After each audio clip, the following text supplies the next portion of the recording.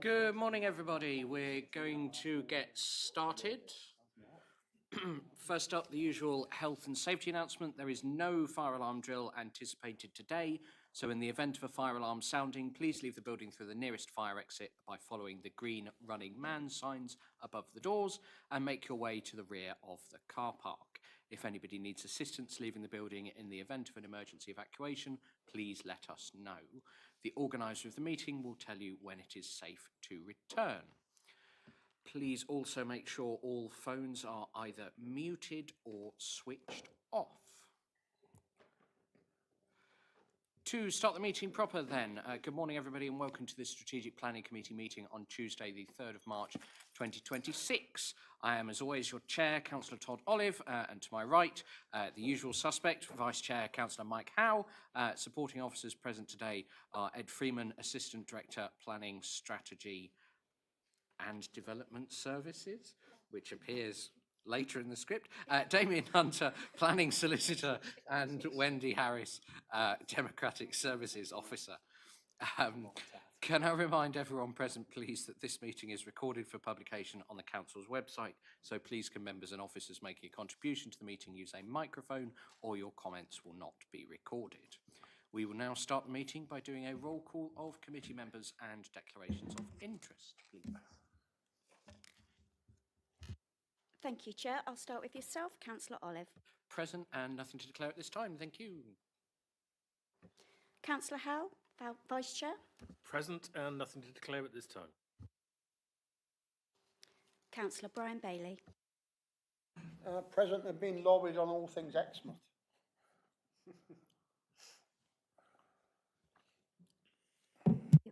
Councillor Jess Bailey. Present, and I'd like to declare, it may not be a formal interest, but I'd still like to declare that I'm a Devon County Councillor and also that I'm a member of the Devon and Somerset Fire and Rescue Authority because there's reference to that in the Cranbrook report. Thank you. I don't think it's a DPR or anything like that, but I'm just noting that. Thank you. Thank you. Councillor Blakey. Present and no declarations. Thank you. Thank you. Councillor Davey. Present, no declarations. Thank you. Councillor Faithful. Present, no declarations. Thank you. Councillor Fernley. Present and received lobbying emails. Lobbying emails for Exmouth.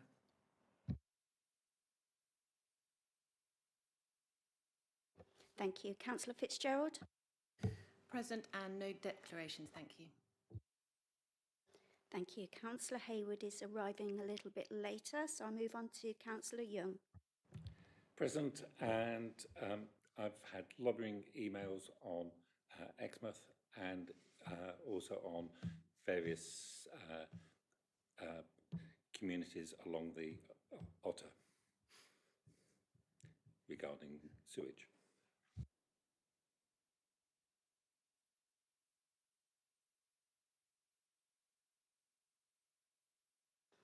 Thank you. Councillor Levine. President, I only want to declare I behaved myself this last week, so I hope to do the same at this meeting. Thank you. And finally, Councillor Parr. Present, no declarations.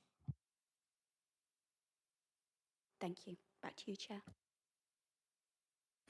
Wonderful, thank you. Agenda item 1 then, the minutes of the previous meeting held on the 6th of January 2026. Are there any comments from committee members on those minutes, please? No, in which case then as Chair, I'd like to move those minutes as true and accurate records. Please raise your hand if you're in support, members. That's fairly clearly carried. Thank you. So I will sign those. Agenda item 2, apologies. I have a record here of apologies from Councillor Ingham and Councillor Ledger also asked me to pass on his apologies. Do we have any others? Okay, thank you. Agenda item 3, declarations of interest, we have already done, which brings us then to agenda item 4, public speaking. And first up, please, Mr. Humphrey.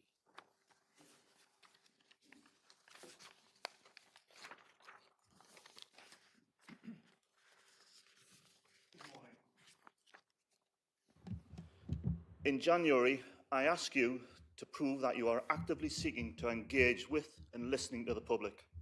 Unfortunately, this seems to have been ignored, as are my emails at the moment. So who do you listen to? Obviously, the planning officers and the developers, as no change can be made to the draft local plan in case they are classed as significant. But you do not even know what would be classed as significant.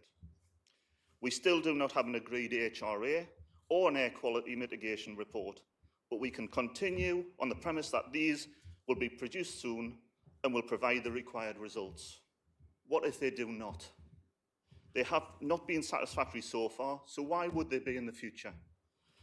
Or are they going to be made to be satisfactory? Developers say that they can overcome any obstacle on this site. Everyone will walk and cycle. Access is not an issue. They have their own reports to prove it. No fact-checking, no sense-checking. You listen to them, but not us, despite the evidence. Because if you were listening to us, you would know that Exmoor 20 failed HELA, so would not have been available in Reg 18, nor Reg 19. This is according to your own site selection methodology, processes, procedures, and documentation. Exmoor 46 was allocated, Exmoor 20 wasn't, as stated again in your own documentation. You would know that Exmoor 20A and 20B were invalid and only created 6 days before the Reg 18 consultation and never discussed or even agreed by this committee. You would not be ignoring over 2,500 objections to Exmoor 20 from the public, statutory bodies and key organisations. How can you justify this? You would also realise that the spatial strategy is unrealistic. Exmouth may be the largest town in East Devon, but why must it take the highest level of growth?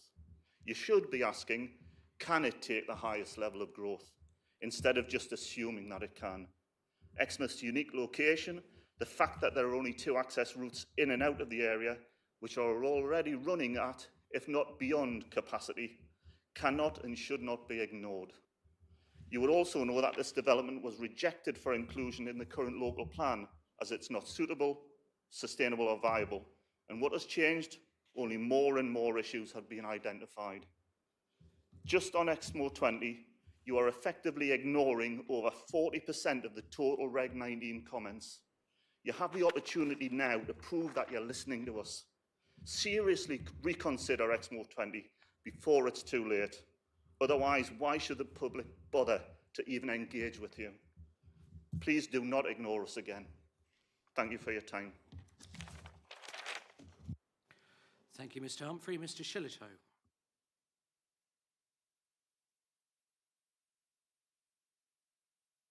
You've wasted the opportunity to address serious shortcomings, now making this plan unadoptable. The mess you're in, from the lack of early strategic consideration for the international sites, not even a mention in the introduction, vision and spatial strategy chapters, and no designation hierarchy consideration. This plan breaks international case law by having widespread reliance on mitigation. This is all self-created, and you are now trying to force through, at great public expense, unsound and unlawful planning decisions. Councillors, I am formally alleging maladministration. Constitutionally, as the accountable decision makers, you cannot turn a blind eye to such an allegation. You have Nolan principle obligations, and your failure to act would mean falling short of those standards. I do note the councillors who commented in this consultation requesting to speak to the inspector about the site selection process. Thank you. Others, you do well to consider saying something on record today. Mr. Freeman, over a year ago, there was no supporting HRA and no mitigation strategy. You stated, we are satisfied impacts can be mitigated, based on no evidence, convincing this committee to decide to unlawfully start the Regulation 19 process. But in November, the qualified professionals working on this are still stating there may be no option which would fully mitigate the impacts. Councillors, do you trust the unqualified opinion of Mr. Freeman based on no evidence, or the written opinion of qualified specialists in this field? Still no mitigation, still no supporting HRA. The plan's inherent conflict still remains. Remember, you are the accountable decision makers. With the countless additional Exmo 20 limitations that have come to light since election, the latest being the prehistoric archaeology, you are obliged to consider the viability. Remember, Exmo 20 was deemed unviable and rejected right back at HELAR. New evidence compels you to revisit decisions. If you were overseeing the Post Office Horizon scandal, the postmasters would still be locked up. We need councillors in this room to hold the unelected bureaucrats to account, not a dozen bureaucrats, thank you. Mr. Freeman, this plan is not what the government is insisting upon, it's not what the people want, and it's clearly not what the councillors want. Thank you, Mr. Shillito. Mr. Hamill.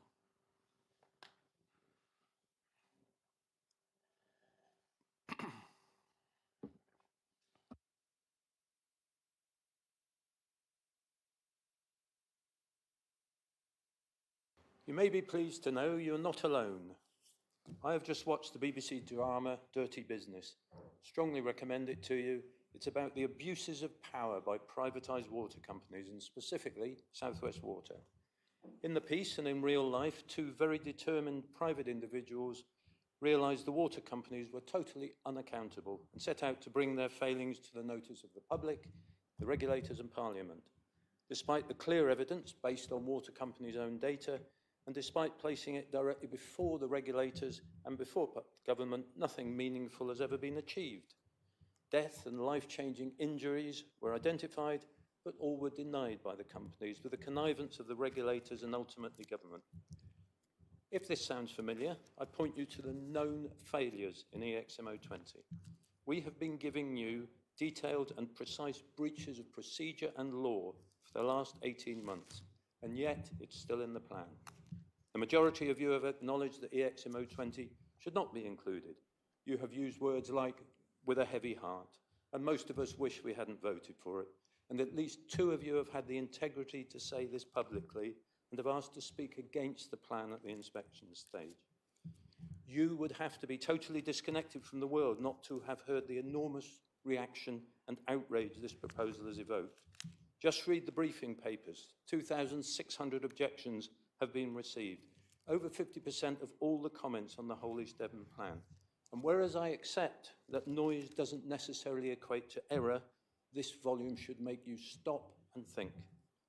The water industry hides behind the regulator. In your case, you hide behind the government numbers and demands. In neither case is there a moral argument to support these positions. Your sole justification now for the inclusion of EXMO 20 is that to remove it would impact on the whole plan, and your ability to submit it in the timetable Mr. Freeman has scared you into following. You have lost sight of the needs and the wants of your local community. You have lost sight of the unparalleled damage EXMO 20 will cause to the natural environment, to the historic environment, the inevitable water and sewage calamities, and the collapse of an effective road network in East Devon.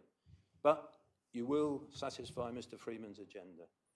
So I urge you this morning, carry on, do the wrong thing, support a plan you don't believe in, because that appears to be the default position of all policymakers and politicians.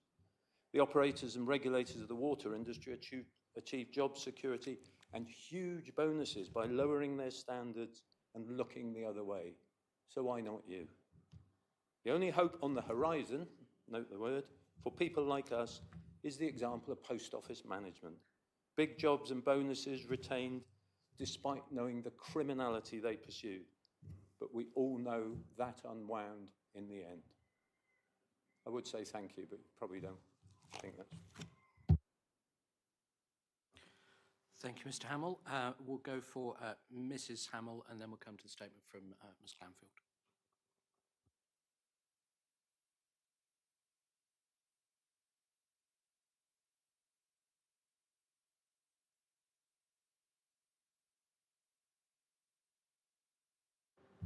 Good morning. The Oxford Dictionary defines the word consultation as typically conducted before a decision is finalised to gather opinions and advice. The recent consultation on the strategic plan received 1,500 opinions on the second one and 1,100 on the first, for just Exmo 20 alone from the public. The method and procedure was non-inclusive, and it was a barrier to many more people who wished to voice their valid opinions on Exmo 20.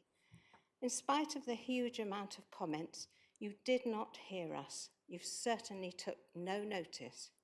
This shows this council is possibly arrogant and uncaring, a council that does not respect our beautiful countryside or what the people think. You hide behind the government's decision to build more houses.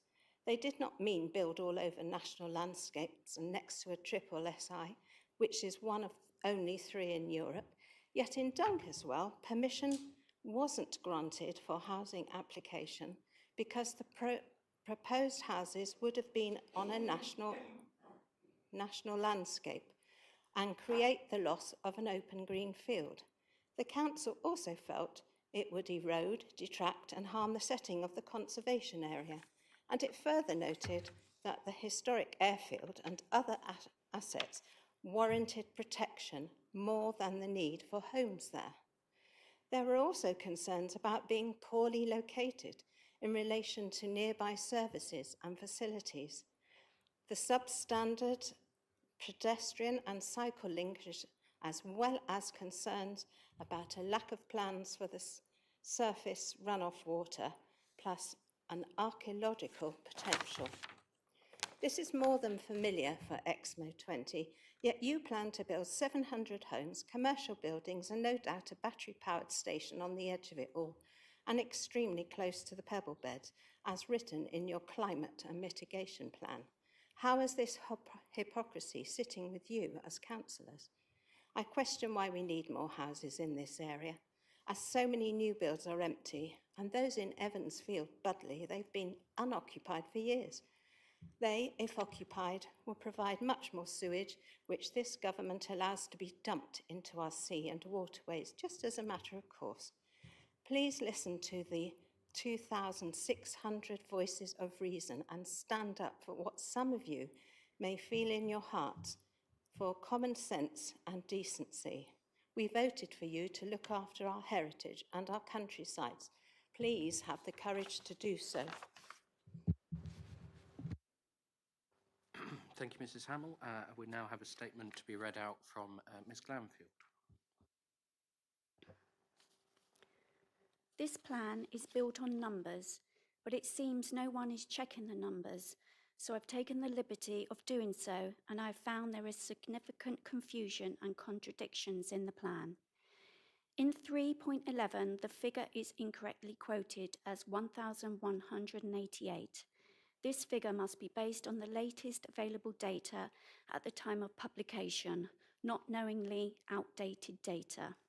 In the supporting evidence, HOU 01, Housing Delivery Technical Report, November 25, the figure is falsely quoted as 1,146, with apparently 80% being 950.4. The correct maths would be 916.8. In the supporting evidence, HOU 02, Housing Needs Assessment, October 25, the document explains the standard thank you, in detail, then calculates overlooking latest ONS data. Worryingly, no document states the correct figure. I calculate the figure to be 924.7 per year. The standard method housing requirement is a factor based on the last 5 years' data. These figures are really critical, as think back 5 years and we were in the midst of a pandemic, resulting in a race for space housing market. This distorted the East Devon figures, and the figure you are choosing to use is 22% higher than the 2024 figure you are required to use. And once the 2025 figure, anticipated to be similar, is published later this year, the 5-year average figure will drop significantly, sending the East Devon's housing targets tumbling. The foreseeable trend is downwards. You have a plan currently that is significantly overshooting the government's targets. You originally agreed a 10% headroom, which last September you actually voted to increase to 13%, and later this year will become 16%. This is despite you continuously protesting that Westminster is pushing you to these numbers. They are not. You are volunteering to build more houses. More importantly, the last iteration of the draft local plan includes a whole new 5-year review clause, 17.3. This is so that if housing numbers are short, more sites can be added, but if the number are high, it is impossible to remove sites. This clause frees up long-term obligation. Therefore, you should only commit to 10% headroom for the first 5 years. There may well be a change of policy, government, and without doubt this downward trend evident today, all feeding into the target. The plan you are currently agreeing is to set to concrete over dozens more fields than is necessary, and just one more is too many more. With our volatile world, food security is of paramount importance. Councillors request 925 per year plus 10% for 5 years. 23,408 would drop to 20,805. This is all you need to commit to. You state you are doing everything in your power to resist new housing, but your hands are tied. Yet last autumn you decided to increase the headroom. Please don't sit in planning committee and say this is coming from central government. Councillor Levine, you said you would lead a march in Westminster. By all means do that, but you can start by using the mechanisms already in place to reduce housing numbers. You owe it to the councillors of tomorrow to ensure they are not backed into a corner and can make decisions at that time. This is forever. Thank you. Thank you, Wendy, for reading that out.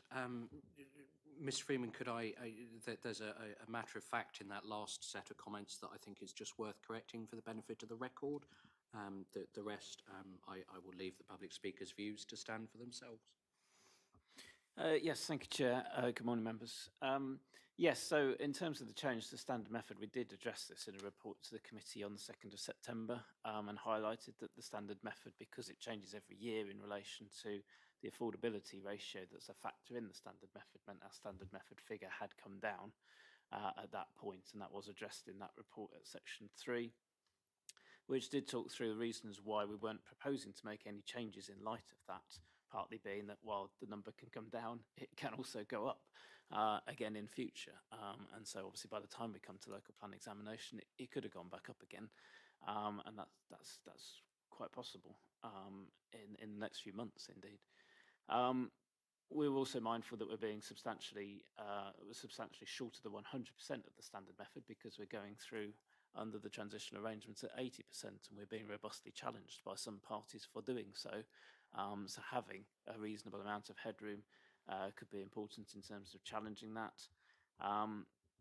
There's also this factor in terms of the timescales for the plan, in the fact that we're supposed to have a 15-year plan period at the point of adoption. If the plan isn't adopted by the end of 27, we won't have a 15-year plan period, but by building in headroom, in addition to what we've got at Malcolm in terms of future areas for housing growth, we would potentially have a significant amount of space to argue that we should be allowed to adopt a plan with less than the 15-year plan period because we have a plan for meeting the housing needs for that additional year if the plan is adopted after 27.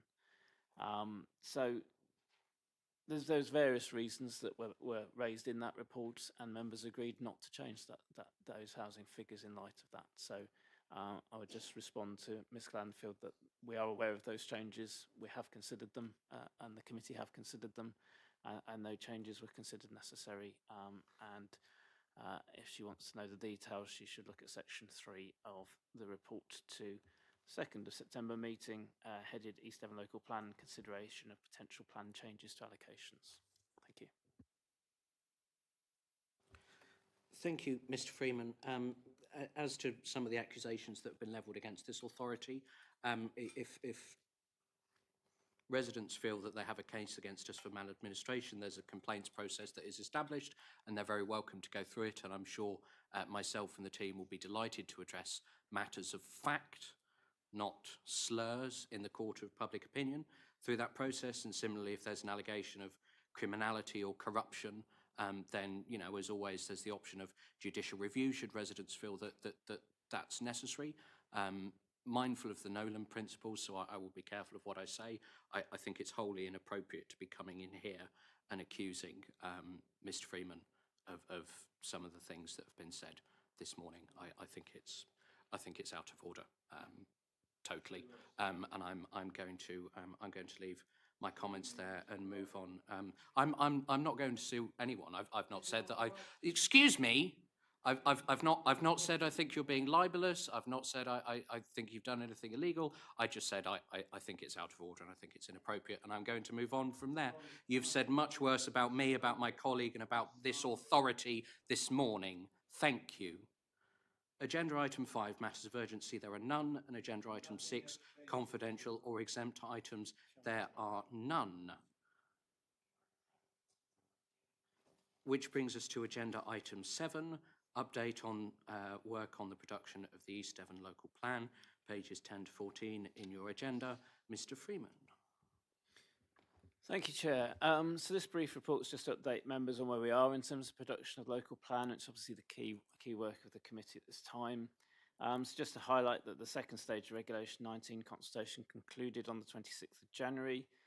We received around 3,200 separate comments from around 750 respondents through that consultation, many of which were raising concerns and issues that had been raised at previous stages of consultation, despite the fact we were really seeking comments on the amendments and changes to the plan.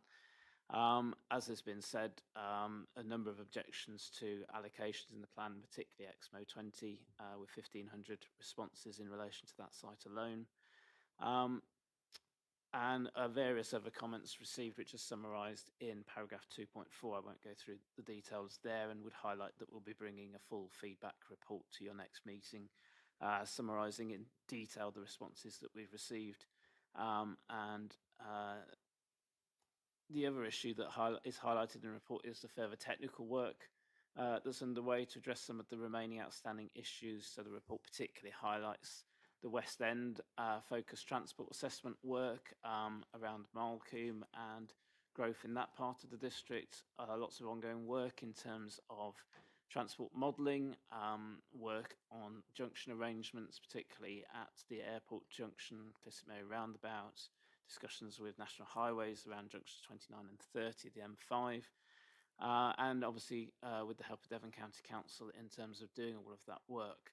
So lots of work going on there to try and address concerns raised there and how the additional transport infrastructure can be provided.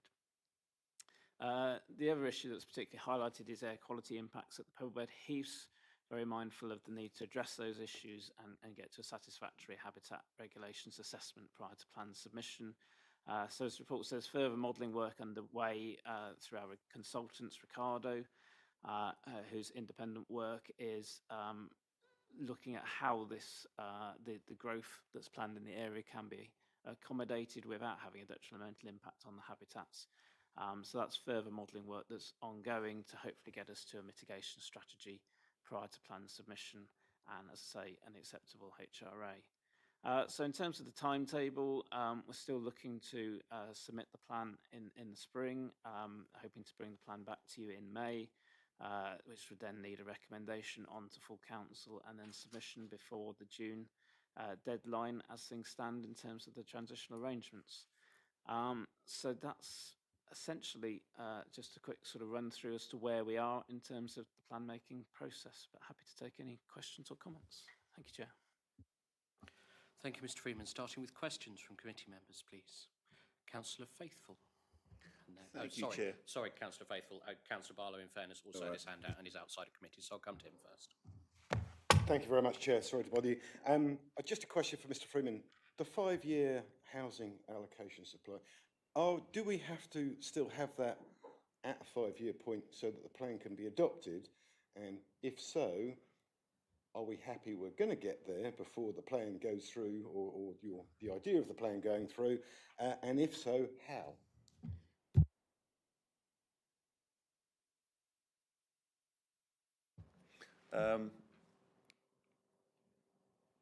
We're putting our plan forward. Do we have any idea how long we'll find out whether or not it's accepted? And if it's rejected, how long extra will it likely take to address anything? Do we have any idea on that? Any other questions before I come to Mr. Freeman? Councillor Young? Yeah, Habitat Regulations assessment, really good report. It says what the problem is. I don't see how we can overcome. There's no report of how we're going to overcome that yet, and it does clearly show that a lot of the problems is along the highways. But then it says that highways is not a significant problem to the problems with air quality on the common. So I'm a bit at a loss at the moment of knowing how we're going to resolve this air quality problem on the Heath. Councillor Parr? Is there any indication about the technical work that's being done? How much longer is it going to take? Thank you.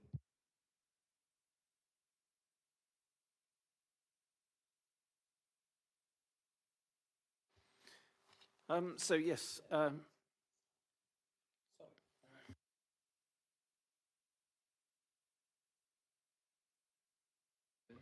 So, sorry, Helen, when you put your microphone on, Colin, Peter's name comes up and vice versa, so it might be worth you just switching over. It's the seats you need to switch, not the microphones. So if you just try, put your microphone on. Says my name.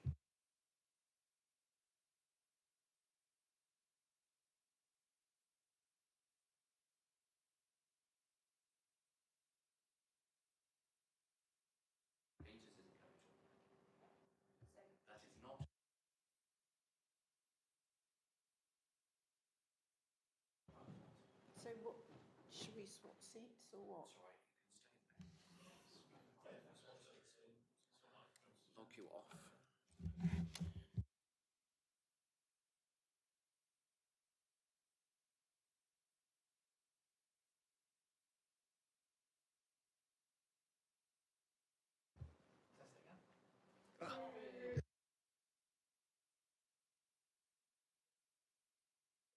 After that excitement, Mr. Freeman. thank you, Chair. Yes, so coming back to Councillor Barlow's point, yes, we do need to get to 5-year housing land supply. The way to do it is fundamentally to keep granting consents for housing development, fundamentally. We are getting there, I think. It's heading in the right direction. I think the last monitoring report showed we had 3.5 years supply, which was up from about 2.9, I think, the previous year. So it's slowly heading in the right direction.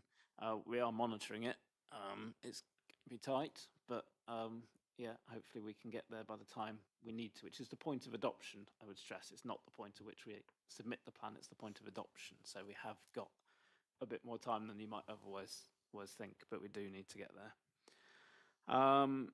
In terms of Councillor Faithfull's point, well, we set out a timetable for the plan making at 4.1 in the report.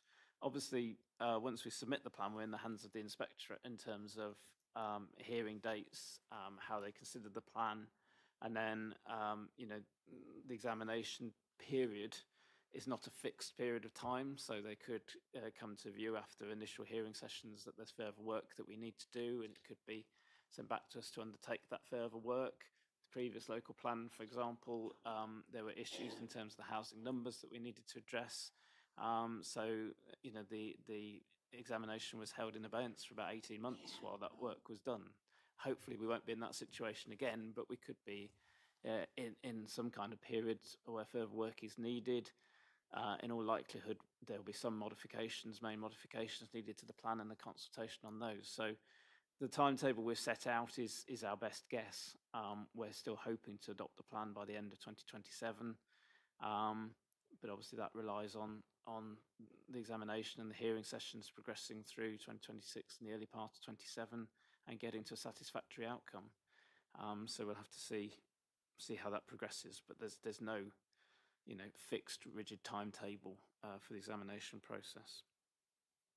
In terms of Councillor Young's point, in terms of the HRA, yes, there's no clear mitigation strategy at the moment. The initial work that Ricardo did does identify some potential mitigation measures. So there's things around trying to encourage the uptake of electric vehicles, particularly on new developments, through putting the infrastructure in place to enable that, potentially looking at our own fleet and other vehicles that we can control to turn them into EVs. For example, other things around digestate storage facilities and things on farms, around there and farming practices. So there are measures that are highlighted. It's further work that's needed in terms of modelling the impact of those interventions and how those will impact in terms of getting to an acceptable impact, and then having a strategy for how that's all implemented. One of the things that's going on at the moment is looking at the modelling work that's been undertaken, which we think takes quite a pessimistic view in terms of the uptake of electric vehicles in the district, particularly when you take into account government policy about transitioning to electric vehicles. You would hope the uptake during the planned period is going to be quite significant, and we'll see a shift to electric vehicles being the predominant fuel source for vehicles on the roads. Currently, I don't think that's really reflected in the modelling to the extent that it should be. So I'm hoping when they rerun the modelling, we'll get to a point where we will naturally see the impacts in terms of vehicle movements over the pebble heads declining, such that the mitigation measures will not have to be as unachievable, shall we say, that we'll be able to achieve the outcomes that are needed.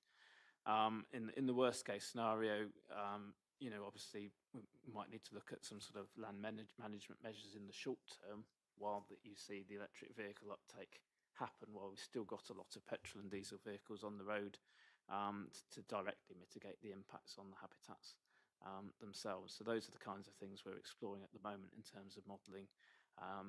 We're meeting with Natural England shortly to discuss some of these issues as well. So we are making progress. We'll have to see how the modelling goes and the mitigation strategy, but I'm still hopeful confident that we will get to a position where we have a satisfactory HRA at the point of submission. And then I think I partially answered Councillor Parr's comment, but in terms of how much longer, in terms of all of the technical work, I mean, fundamentally we have quite a clear deadline of needing to submit the plan. I think it's the 12th of June. Is our current understanding of the deadline. So we need to get all of these technical reports completed and available to submit for the examination by that date. So it's quite a tight deadline, hence a lot of work ongoing to complete these technical reports and get them ready. Thank you. Thank you, Mr. Freeman. A question from me before I come back to the rest of committee. It's been suggested this morning that in the event that the evidence suggests we can't achieve a satisfactory mitigation strategy on the HRA front, we'll fudge the numbers. I know what the answer is, but just for the benefit of the record, could you perhaps clarify what actions we will have to take in the event that the evidence says we can't mitigate the impacts from the plan? Thank you. Well, I think the first thing to say is we've got reputable consultants undertaking all of this work. Ricardo, a multinational environmental consultancy who are undertaking the work in terms of the air quality assessment work for the Pebblebed Heaths. And their work would ultimately feed into the habitat regulations assessment, which is being undertaken by Footprint Ecology. So these are not reports that we are producing. Not that we would fudge any reports, but clearly we're not producing them. This is independent consultants producing them on our behalf. In terms of if we don't get to, well, we have to get to a satisfactory solution in terms of the habitat regulations assessment. Fundamentally, it's It's a requirement of the legislation. So if we don't in that timescale, then we need to revisit the timescale and give ourselves time to get to that position. But I think we just need to see where we get to over the coming weeks, couple of months, and hope that we can find a satisfactory solution. But there'll be no fudging of figures. This is independent consultants. To be honest, I don't have the expertise to fudge the figures, even if I was so minded to, which I'm very much not. It has to be sound, it has to be robust to stand up to the examination process, and we have independent consultants doing all of this work for us, not doing it ourselves. Thank you, Mr. Freeman. Clearly that has provoked a number of further questions. I will, strictly speaking, we are back inside your committee, but I will go to Councillor Roy Collins and then Councillor Barlow as an exception. Thank you, Chair. I would like to know about the examination. Where is it likely to be? Where's the venue? What sort of date and times? How long is it going to take? If it's in the autumn, which looks likely, it would be useful for people to know, because some people have late summer holidays, etc., and they wouldn't want to miss it, I'm sure. Thank you. Councillor Barlow? Thank you, Chair. Two things going back to the answer I had on the previous question, just about we've improved it by just over half a year in a year, which is great, but we've still got 3.5 years to go, which means that counts about 7 years of getting the numbers up. So are you confident there's lots of big ones in the sort of pipeline that you're aware of? And also, could you remind not only the members but also the public what happens if we don't have a plan, however imperfect they may think it is?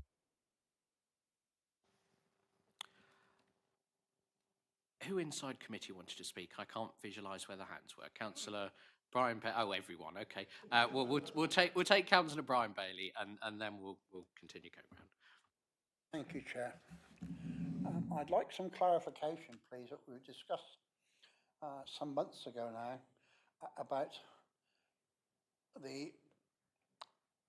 if, heaven forbid, Exmouth 20 was to go ahead, the access from the main road by the Archery Club was suggested that the access would be there, which would be running through the 400-metre buffer zone with the Pebblebed Heaths. Now, my understanding, having read through the new MPPF guide, that there should be no intrusion into the buffer zone whatsoever, no development in the buffer zone whatsoever. And the way I interpreted it, rightly or wrongly, I'm sure Mr. Freeman will have an opinion in a moment, is that we should not be doing Exmouth 20, and we certainly should not be accessing through a buffer zone to the Pebblebed Heaths. And I'd like some clarification on that, please, Mr. Freeman. Thank you. Thank you, Councillor Bailey. I'm going to come to Mr. Freeman to tackle those three speakers' questions, and then I will come back round to committee. Thank you, Chair. So coming back to Councillor Collins' questions, I mean, the venue for the local planning examination will be here. We would host that. In terms of dates and times and how long, I couldn't say at this point in time. I mean, assuming we stick to our timetable, I would envisage the hearing sessions probably being in the autumn, as you say, but until we submit the plan and the inspectorate have allocated it to an inspector or probably multiple inspectors and check diaries and everything, we won't have dates. So we probably won't have dates until the summer, realistically. So, for example, Exeter's first hearing session for their local plan, I believe, is today, but I don't think they had the dates until very late last year. So you only get a couple of months' notice, really, of the date. So I won't be able to tell you those until much nearer the time. Coming back to Councillor Barlow's point, I I mean, it's not necessarily big sites. It's sites that are going to deliver in the next 5 years in terms of the 5-year housing land supply. But I mean, we do have some big sites in the pipeline. There's obviously expansion areas at Cranbrook that have got a motion to approve, but subject to Section 106 agreements. So if we get those 106 agreements resolved and we can issue those decisions, there's some housing that can be counted into the 5-year housing land supply there. There's quite a lot of other sites coming forward, sites that are proposed for allocation in the local plan that are coming through as applications ahead of that, which potential opportunities there. So I think there is opportunities coming up to help to bolster the housing land supply position and get to a 5-year housing land supply at the point of adoption. But obviously that can't get in the way of sound decision making on those applications. They've still got to be sustainable development and appropriate in whatever respects. So what happens if we don't have a plan? Well, we would continue to not have a 5-year housing land supply, probably. So we retain the position of having the tilted balance in play and having to give substantial weight to developments that are bolstering the housing land supply position. So I don't think that's a position we want to be in. Fundamentally, not having an up-to-date plan creates those sorts of problems, not just in terms of housing, but also to some extent in terms of employment land provision, increasing number of decisions on employment land coming through sort of where there's not adequate supply or a plan to deliver supply, where the balance is weighing very much in favour of those developments. But ultimately, you know, it's a government requirement to have an up-to-date plan, and if we don't, you know, the government can come in and do the plan for us. Is the ultimate sanction. So it's very much in our interests and in the interests of the area to have a plan, an up-to-date plan in place, clear policy framework to make decision making, to defend the important environmental characteristics of the area from developments that we don't want to see, and focus growth and development where we have decided as a council you want that to go. However hard those decisions were, they are protecting the most environmentally sensitive areas in the district. In terms of Councillor Bailey's comment about Exmo 20, yes, you're right, the access would be essentially opposite the archery club. The 400 metre buffer zone, though, is not a no development buffer zone. My understanding is it's development that's housing development or development that in itself would have a detrimental impact on the Pebblebed Heaths. We've obviously got, you know, it's obviously not ideal to have the access there, but it's not something that you can't have within the 400 metre buffer zone. And I think, as we've said in the plan and in the allocation, there won't be any homes within the 400 metre buffer zone. So we are respecting the 400 metre buffer zone under the guidance. Thank you, Mr. Freeman. So I believe coming round then I had Councillor Levine, and you did promise you'd behave yourself, followed by Councillor Davey, and then Councillor Blakey, was it? Somebody on the left-hand side put their hand up. Councillor Fernley. Sorry, I thought you were nodding at Kevin. Councillor Levine. Thank you, Chair. Are we allowed to break election promises? That's what politicians do. We just heard from the public. My question is about something completely different. I think it's very encouraging that you had lots of comments about the plan from the public. And it is such an immense amount that I can't see that officers can deal with them all by themselves. So you have to rely on artificial intelligence. The trouble I have is that artificial intelligence software has had some very bad press recently because of hallucinations. So I was just wondering how are we going to check that artificial intelligence is going to give us a representative summary of what our residents are complaining about. Thank you, Councillor Levine. And while you're at it, Mr. Freeman, you might like to tell Yehudi how many objections we had at Regulation 19 stage to the last local plan. Councillor Davey. Thank you, Chair. The modelling for the Pebblebed Heaths mitigation, does that take any account of possible planting or providing better vegetation up there, or is that not an option on the Pebblebed Heaths because of their sensitivity? Even encouraging some of the vegetation to spread, particularly along the roadsides, would help in improving the air quality. And the second thing is about the elephant in the room. Round about the time our plan is adopted, we will also be going through, if everything goes to plan, local government reorganisation.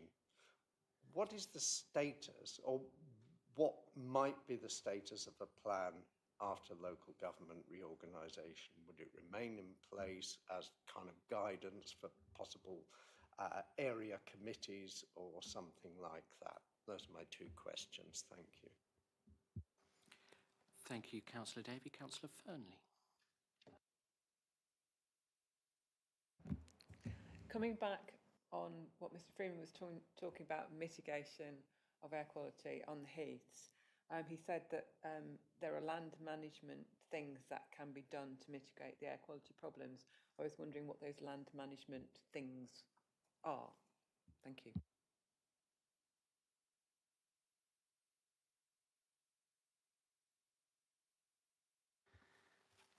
Thank you, Chair. So, yes, if we come back round then, in terms of Councillor Levine's comments, yes, I mean, I think we will need to use AI to help to summarise the responses that we've received. We did use AI last time when we had, as Chair says, a lot more comments to deal with. We did do a checking process in terms of... We didn't use AI 15 years ago on the last local plan. No, on the last round of consultation on this plan. Yeah, no, it didn't exist at the last local plan.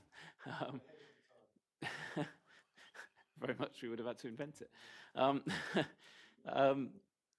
So we did use AI then, and yes, I mean, inevitably when you use AI, you have to check what's coming out makes sense, because it does come out with some interesting stuff sometimes. So there is a checking process that we go through to make sure that what we've got actually makes sense and does reflect the comments that we've received. Obviously, the whole point of using AI is that we don't have to go through and check every individual one, but you know, the general sense check, and particularly on particularly sensitive issues, or where something stands out as that doesn't make sense. Why would someone have said that in relation to that? And I think what we had last time was an accurate representation of the comments that we received. Certainly not aware that we received any complaints in terms of that. So I would envisage going through the same process again, and bringing forward a summary report at the next meeting, which will reflect that. I would stress, however, the examination process will receive the actual, you know, a full summary of everything. So there's no fear that anything will get missed during that process. In terms of Councillor Davies' comments, planting and vegetation, yeah, so in terms of the pebble beds, yeah, so one option in terms of mitigation, which is probably sort of the least attractive option, but an option, is to do actual physical works within the buffer areas to the sides of the roads to address the impact of the sort of pollution on the ground and the change that leads to in ecological terms, in terms of the nutrients in the soil and the plant life that's then growing in those areas by treating. So it's basically, I think, from the traffic going through there is nitrous oxide impacting on the soil and changing the nutrient profile of the soil. So you can then treat the soil, take out alien vegetation that's grown in those areas, treat the soil to bring the soil back to the natural condition it should be, that then brings back the vegetation that should be growing and wildlife that should be growing in those areas. So generally, obviously, we're trying to work on the basis of a strategy that prevents those impacts happening in the first place. But if we can't get to a point where the strategy can achieve that, then obviously an option would be to then go in and do those sorts of land management measures to then address the impacts of the pollution. And that might be an option in terms of the short term, as I say, given the uptake of electric vehicles will hopefully help to address the impact in the long term. So that might be an acceptable mitigation measure in the short term to do those management measures on the site. So it's not so much planting new vegetation, it's more treating the soil to ensure that the vegetation and wildlife that should be in that location can return to those areas that have been affected through the pollution. Sorry, Ed, I think Councillor Davies' question was whether those measures are included in the modelling. My understanding is that the modelling is the impacts without mitigation, and then we look at what we need to do to mitigate the impacts that the modelling says the plan would have. Is that correct? That's correct, but also then going on and modelling the impact of the mitigation so that we can show that the mitigation has sufficient impact to overcome the impacts without the mitigation. So we've got a baseline, then we've got the mitigation measures being modelled to show that they can take us back to the sort of pre-plan position. So yes, that's the work that's going on at the moment. In terms of the status of the plan post LGR, well, I mean, effectively, the plan, fingers crossed, we get it through and adopted, it would remain in place until it's superseded by whatever plan the new unitary authority puts in place over that wider geography. But I mean, realistically, that's not going to happen overnight. You know, the plan should go through, be adopted and stand as a local plan for East Devon. Obviously, plans should be reviewed every 5 years, so I would imagine it's going to last at least that 5 years before it's superseded by the plan that the new unitary authority would put in place. So I don't think the status of the plan will really change as a result of LGR. I think if you look at Somerset, for example, you know, they've still got all of the individual plans for the districts within there. I think some of those plans are still going through examination and trying to get them through to adoption post LGR, because obviously it's better to have a plan in place over that geographical area than not. So I don't think we need to worry about the impact of LGR in terms of the local plan, really. In terms of Councillor Fernley's point, I don't know, I may have answered that in terms of my response to Councillor Davey, but effectively the land management measures are about the nutrition of the soil and addressing the impacts of pollution on that to then reinstate the natural vegetation that should be growing in those areas. So if that was the case and mitigation had to be done in the way you meant it, who pays for that? Well, the mitigation strategy would be collecting financial contributions from developers that we would then need to develop an arrangement with the landowners and management of the pebble beds to then use those contributions to undertake those land management measures on our behalf. So those conversations have started, obviously, with those parties. There were workshops that are mentioned in the Ricardo report that's already been published with those stakeholders, the Pebble Bed Heath Trust and the Clinton Devon Estates and other parties. Councillor Young. Thank you for allowing me to come back on this. Yeah, the Pebble Bed Heath's buffer zone is only a restriction for dwellings, and you can have construction on there as defined by previous planning applications like at Black Hill Quarry, that it didn't restrict an industrial unit there. Although it wouldn't be, you'd have to consider what effect any industrial building would have on the Pebble Bed Heaths. You also got to bear in mind there are different boundaries. You've got the Pebble Bed Heaths. Is there a question here, Councillor Young? Yeah. Are you sure? There is just pointing out there is different boundaries on the Pebble Bed Heaths. There's itself the SSSI, which is the boundary base, and then you've got the natural landscape. So you're looking at various different landscapes, and if the road is coming out onto the road opposite the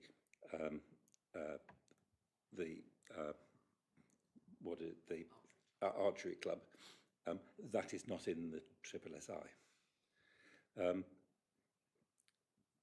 Trying to think of a question now. Should we just say thank you, Jeff, and move on? Yeah, the other issue is that Natural England would not take kindly to us planting anything other than what is already there.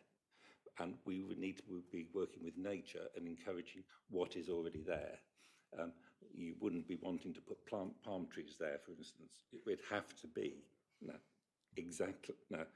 what is already there and preserving what is there. That is the whole point of the SSSI. Yes. Thank you, Jeff. Your microphone is still on, Jeff. So I'm conscious we are just now coming back around. Are there genuine extra questions here, or do people want to make a point disguised as a question? Because if it's a genuine question from Councillor Faithfull, a genuine question from Councillor Bailey, and it doesn't involve a lengthy preamble, I would prefer that it didn't. A question doesn't strictly, so we'll go Councillor Faithfull and then briefly Councillor Bailey, and then I'd like to move into debate on this report, please. Without going into detail, because we're going to go on to it on our next agenda item, how much or how little impact will the water cycle study have on the overall local plan? A model question from Councillor Faithfull. Councillor Bailey. A model question, Chair, but never mind. It's quite a simple question. We have the situation, I'm talking about Exmouth 20 specifically, whereas we've had a survey on the houses we would need in Exmouth. Exmouth 20 does not fit the quality of that service. The service we need in Exmouth is affordable homes. One would imagine that if this was developed, there'd be a minimum of affordable homes. We're supposed to be aiming for 25%, or is it 50% in the open countryside? That's two things I'd like to mention. Also, there's no infrastructure. There's no mention in this plan of any infrastructure whatsoever. So that is another point. Why isn't it there? Why isn't it mentioned? My final point is we have a situation where we're desperate for homes of a certain type and quality. This doesn't comply with that situation. And why are we pursuing it? Why are we pursuing what would appear to be the most awkward situation we can have? We've got no sewerage structure as such. It's inadequate, to say the least.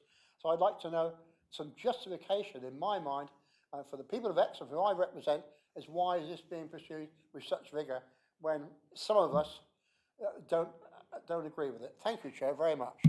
I hope that was short. I'm not sure they were necessarily genuine questions, Brian. I think those were more points that you wanted to make, which were dressed up as questions. And I think some of that's a little bit, you know, we've been over lots of those points before, Councillor Bailey. The infrastructure one is a perennial point that everybody likes to raise. There's an entire infrastructure delivery plan which sets out the infrastructure that is needed, what it's going to cost, and what we're able to at this time in terms of delivery of that infrastructure. In terms of affordable housing, Councillor Bailey, you were here when we voted on the policy on affordable housing. In the current local plan, it's 50% outside the settlement boundary. Mr. Freeman will correct me if I'm wrong. In the new local plan in Exmouth, it's 35% with, what is it, 70% of that's shared ownership and 30% social rent? So something like that. So, you know, you do know the answers to those questions, Councillor Bailey, and the plan, particularly on affordable housing, is genuinely pushing the boundaries of what we can get away with under the rules around viability. That would perhaps be more widespread knowledge if Mike and I weren't the only members that turned up to the presentation from the viability consultant, but it is nevertheless true. Ed, do you have answers for Councillor Faithfull's questions, please? Yes, thank you, Chair.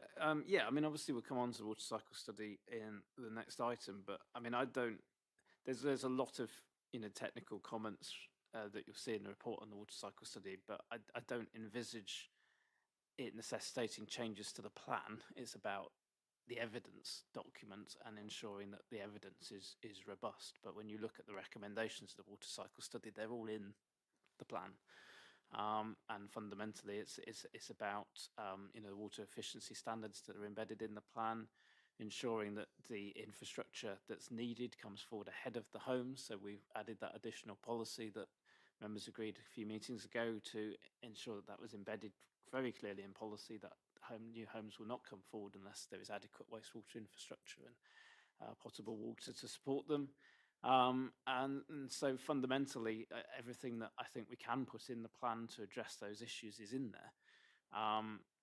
Obviously, the only other thing would be about the strategy itself, but it's not like we can suddenly change the strategy in terms of where homes are going, because fundamentally we've ended up with the distribution of growth that we have because of other constraints in the district, environmental constraints, for example. With nearly 2/3 of the district being national landscape, we can't just put all of the homes in the eastern part of the district, so we're not impacting on the wastewater infrastructure in the western part of the district. That's not an option. So all of these issues were known as the work was coming forward with the water cycle study and have informed the production of the plan. So I think it's about you know, tidying up some of the issues that have been raised by statutory consultees with the water cycle study and getting the report robust. Rather than changes to the plan itself. Okay, thank you, Mr. Freeman. I'm going to move us into debate now, and I will start that out by proposing the recommendation as listed in the report from the chair. Does anybody wish to speak, please?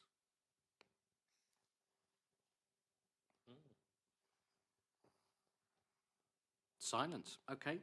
Well, in that case, as I see no hands, I'm left without very much else to do than to take us to a vote on the recommendations. So it is as set out in your papers that we endorse the proposed programme of work and note the contents of the report otherwise. Can I ask all those in favour, please?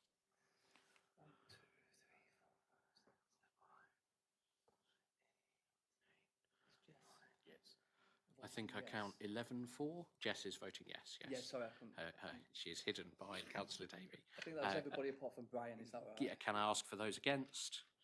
That is one. Councillor Bailey, which means no abstentions, so that is clearly carried. Thank you, members. Just in view of the fact that the next item is likely to be a chunky one, shall we take 5 minutes, members? 5-minute comfort break, please. Thank you.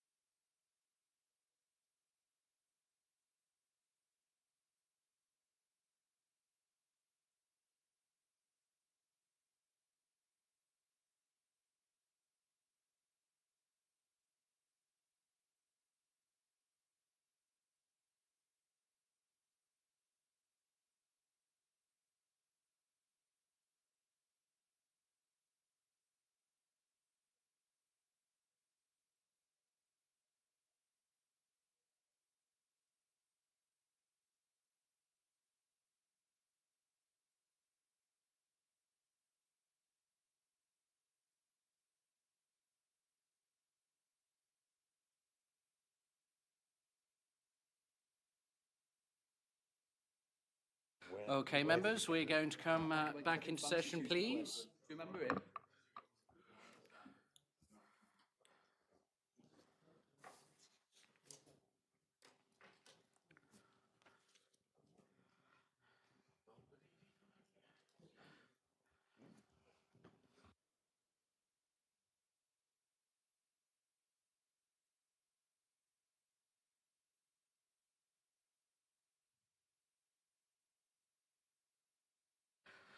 Okay, thank you, members.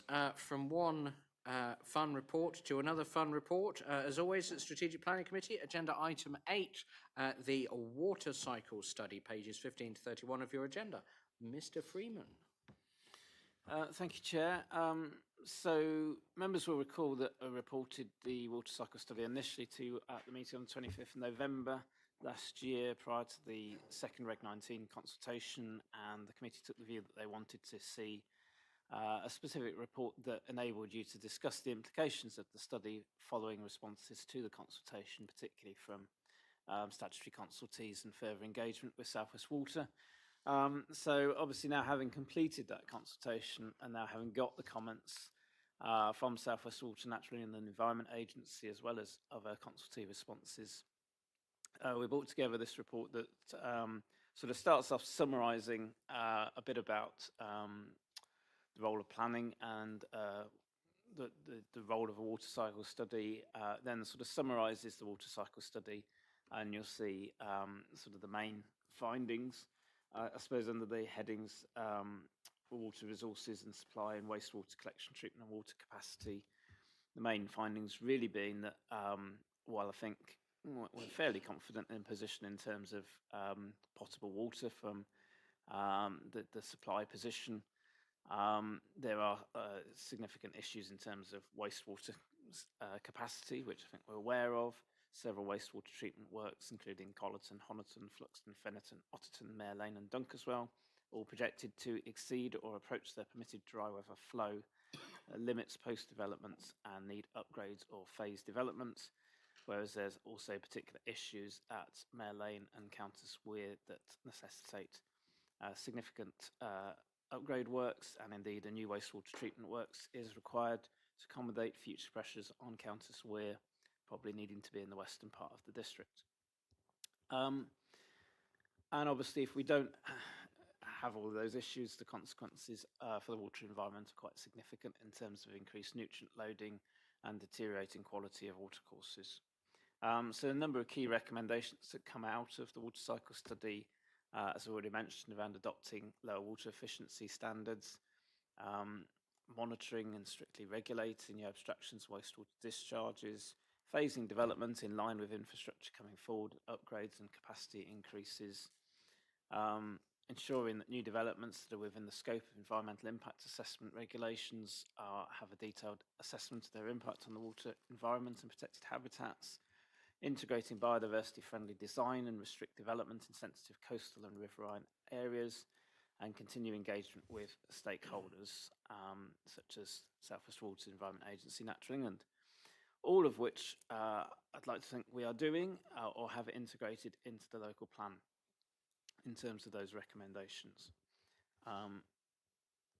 So the report then goes on to summarise the responses. So we've done an initial summary of the responses from third parties, as the report says, until we do the final sort of more detailed feedback report.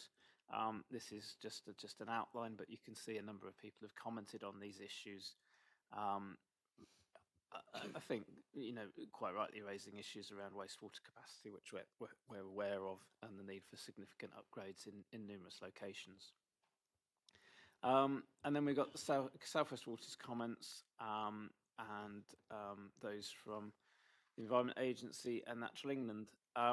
Obviously, I think particularly those from the Environment Agency raise a number of very detailed technical points, which I'm not going to go through in detail, but we've attempted to put a RAG rating next to them in the table that's in the report and provide some commentary as to how significant those concerns are. Only a couple of them have a sort of red rating where they're raising issues that potentially impact on protected species and protected habitats. The amber ones tend to be issues where there's a need for upgrading infrastructure that we're aware of and needs to be addressed, or there's technical issues with the reports. The ones in green are just sort of minor typographical errors or technical issues that can be quite readily addressed. So I think in some respects, I think it looks worse than it is. But obviously there's some additional work that's needed to ensure that this is a fully robust study to accompany the local plan. But as I said earlier, I don't think there's anything in this that makes me think that we would need to make any material changes to the local plan itself. It's about getting this piece of work in sort of tip-top condition, ready for submission. I would say that I have sent all of this over to both South West Water and Haskoning as consultants and asked for their feedback. I noticed looking at my emails in the 5-minute break that I have now received a response from Haskoning in terms of this, but I haven't had a chance to digest it in any way to give you feedback, but obviously hopefully take assurance that we have had a response from them. From what I have seen, you know, they accept that there are some issues that require some further work that they're willing to do.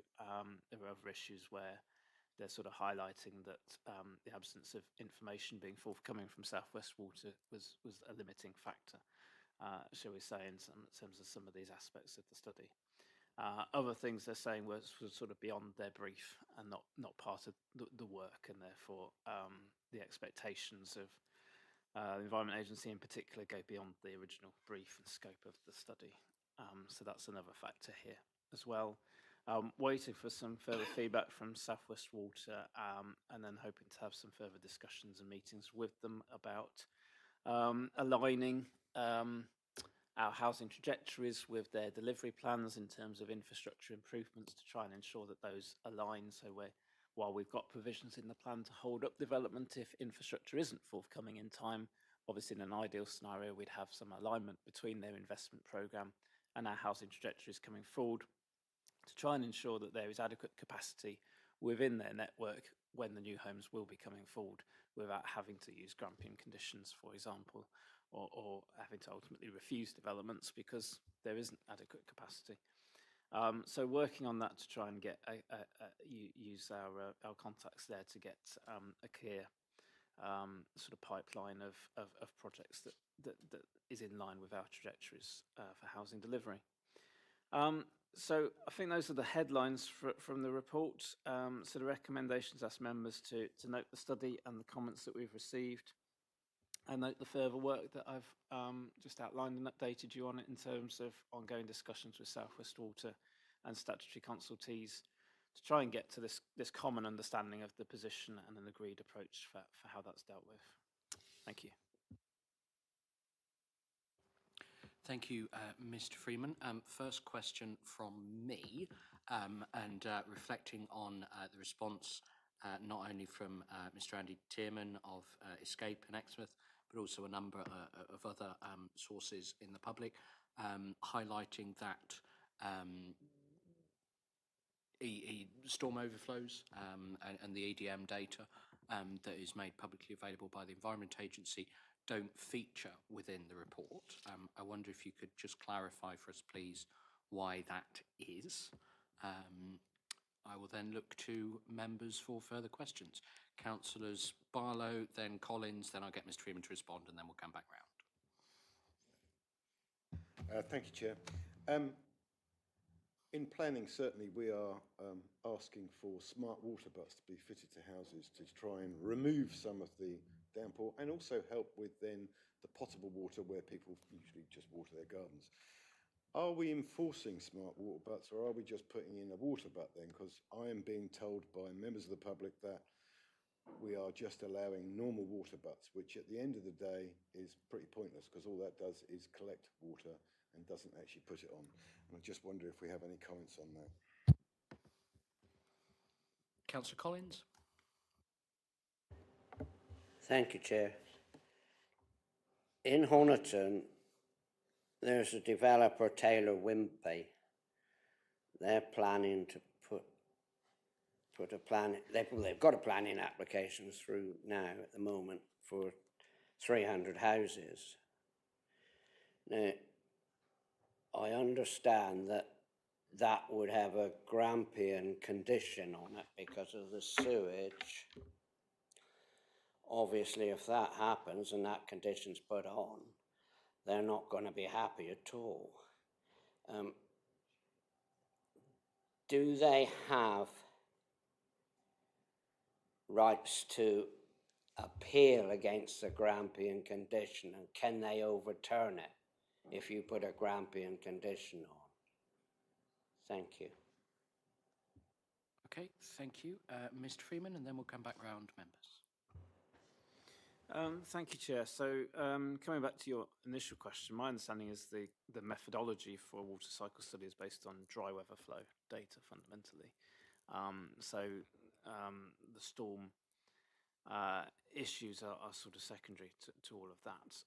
A lot of the work South West Water are doing, as I understand it, is to separate out surface water flows fundamentally so that they don't go through the wastewater treatment works to unlock capacity within them. So that's kind of why that's kind of dealt with separately in terms of the work. Are we monitoring compliance in terms of water butts? I'm not aware of any of the developments where the planning committee have put conditions on in terms of water butts actually being implemented yet. Correct me if I'm wrong, Councillor Barlow, to actually get to a position of monitoring compliance with that. But in terms of enforcement capacity, it is an ongoing problem in terms of actually monitoring developments taking place, because fundamentally our enforcement service is staffed to deal with complaints coming in and issues being raised with us. We don't have the capacity to go out and necessarily check all of the developments that are coming forward. There may be mechanisms through using our building control service where it's a development that is being checked by them to obviously pick up on these things, but where they're not within our control, we don't have measures in place to be monitoring compliance with those specific things. So yes, that is potentially an issue in terms of that. In terms of Grampian conditions, yes, they can. Any condition can be appealed by the applicant and could be overturned on appeal. So we'll have to see what happens in terms of that development. I understand from South West Water that they disagree with the findings of the water cycle study in terms of Honiton's wastewater treatment capacity. So that's an ongoing conversation we need to have with them to get to that agreed position that I talk about in the report, because there's some disagreement with some of the findings. But yes, in the event that we were minded to grant the Taylor Wimpey development and imposed a Grampian condition, they would have a right of appeal, and obviously we'd have to defend our position.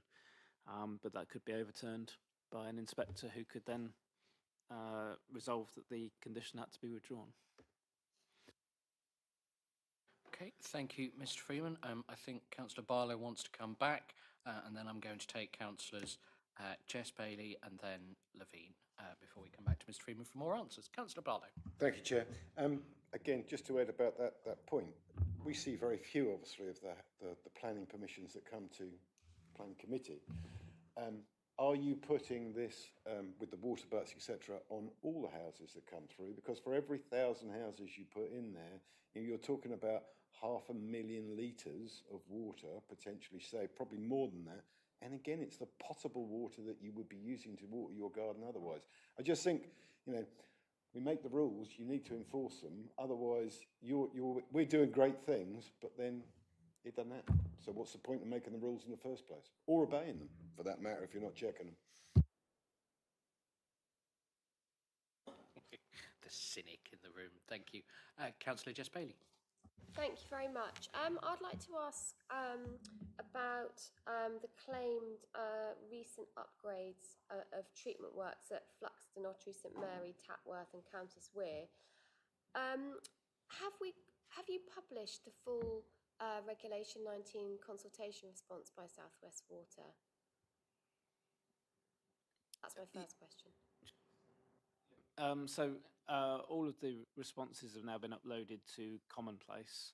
The only thing that's missing, I think, is where there are attachments. So if people have attached a PDF or something to their comments, because we can't add attachments to Commonplace, we need to upload those separately, but the principal comments will be there, yeah. I find Commonplace really difficult. So we can go online and actually see what they've said, can we?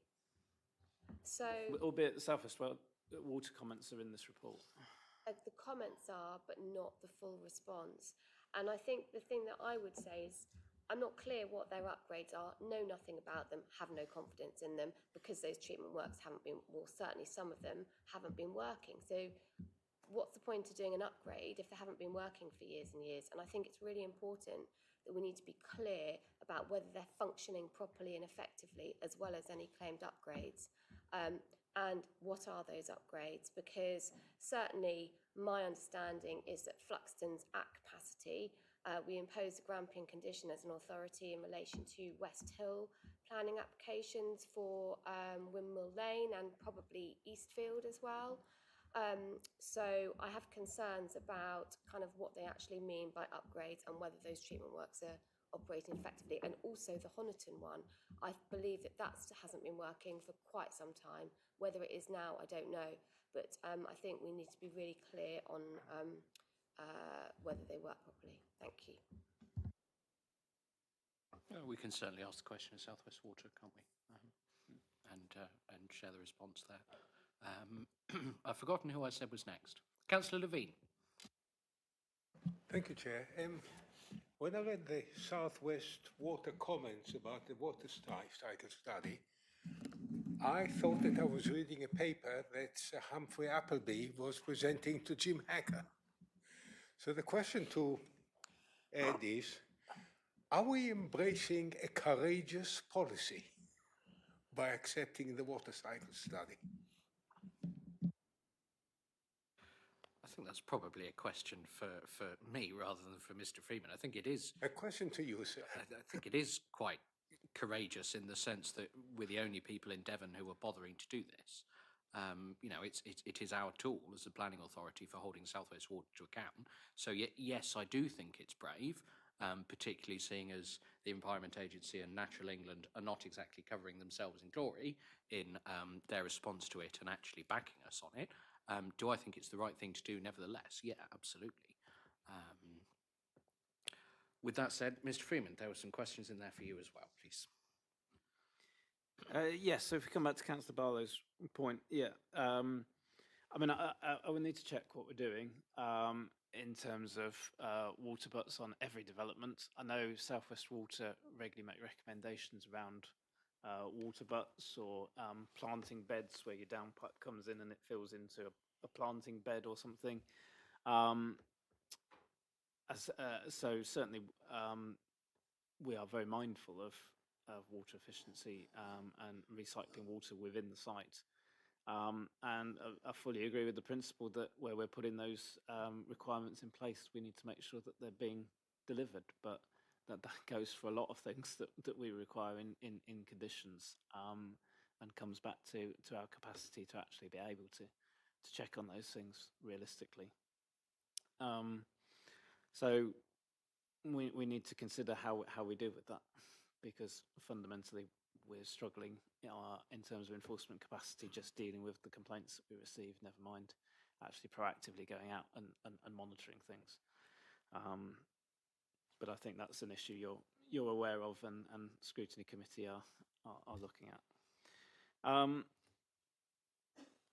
think coming back to Councillor Jess Bailey's points, I mean, I think this comes back to having this common understanding with ourselves, South West Water, Natural England, Environment Agency, and we're not there yet.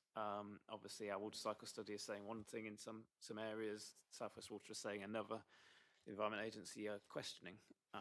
And somehow we need to get to this common understanding whereby we have an agreed position in terms of all of the wastewater treatment works in particular, which ones have got capacity, which haven't, where there have been upgrades, do those upgrades work, and is that addressing the capacity issue, or actually is there still a capacity issue despite the upgrades?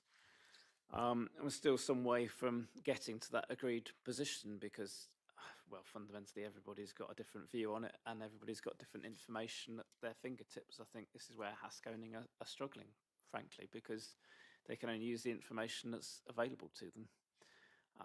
And if South West Water have got other information, then we need to be able to see that and confirm if that information is correct, because as you say, there's that loss of confidence in them. So they need to demonstrate to us that what they're saying is correct, so that we can take confidence in that and amend the water cycle study as appropriate. So those are the conversations that we need to be having or trying to have with South West Water, the Environment Agency and Haskoning.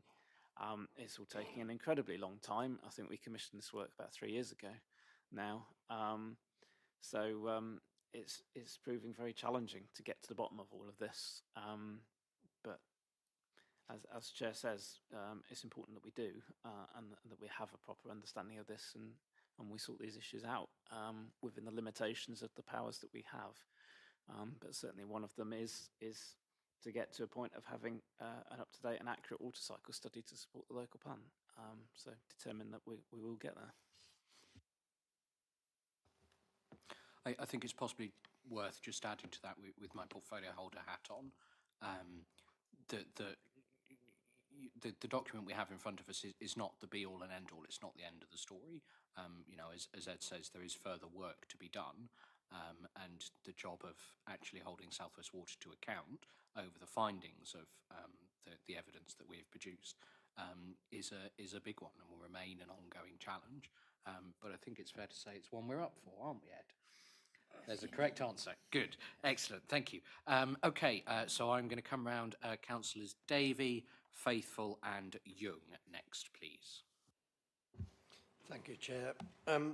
Ed, there's a section from South West Water referring to hydraulic versus biological capacity. They talk about storm overflow performance and treatment efficacy. Basically, they say the water study inadequately considers biological capacity. What's the implications of that in terms of storm overflows? And does it really matter?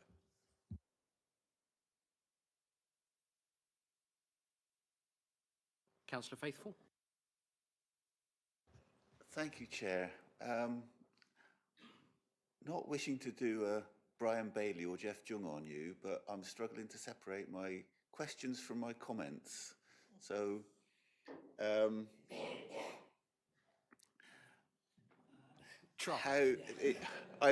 reading through, I haven't actually read the document itself in full, but having read through the reports, there seems to be issues.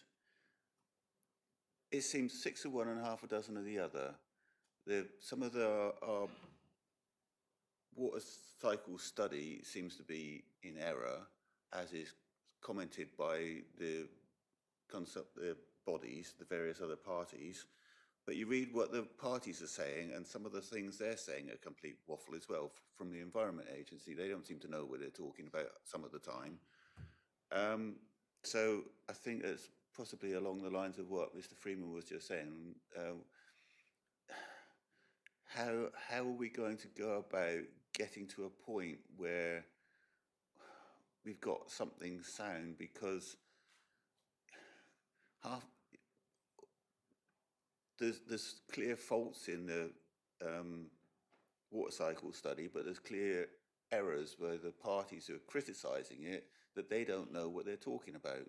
For example, Environment Agency are claiming that we do not have any winterbournes in East Devon. My understanding of a winterbourne is a seasonal stream. We have just spent, I don't know how many millions of pounds on the Fenton alleviation scheme. That is a winter stream. It dries up through the summer and it's bloody well pissing water out through the winter. And we spent millions of pounds on that. There's other things that the Environment Agency are claiming that South West Water do not extract water in the Upper Otter, where I can tell you it does. Can I show you the reservoirs they draw it and feed into? So it's like, where do we go with all of this? We've got so many things, conflicting comments, that where do we know when we've got a sound document?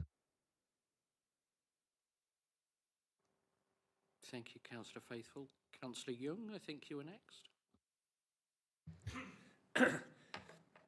Thank you, Ed, for bringing this report to us. I remember many years ago you suggested that we bring this, get a report done. I never imagined it would take so long. I never imagined it would be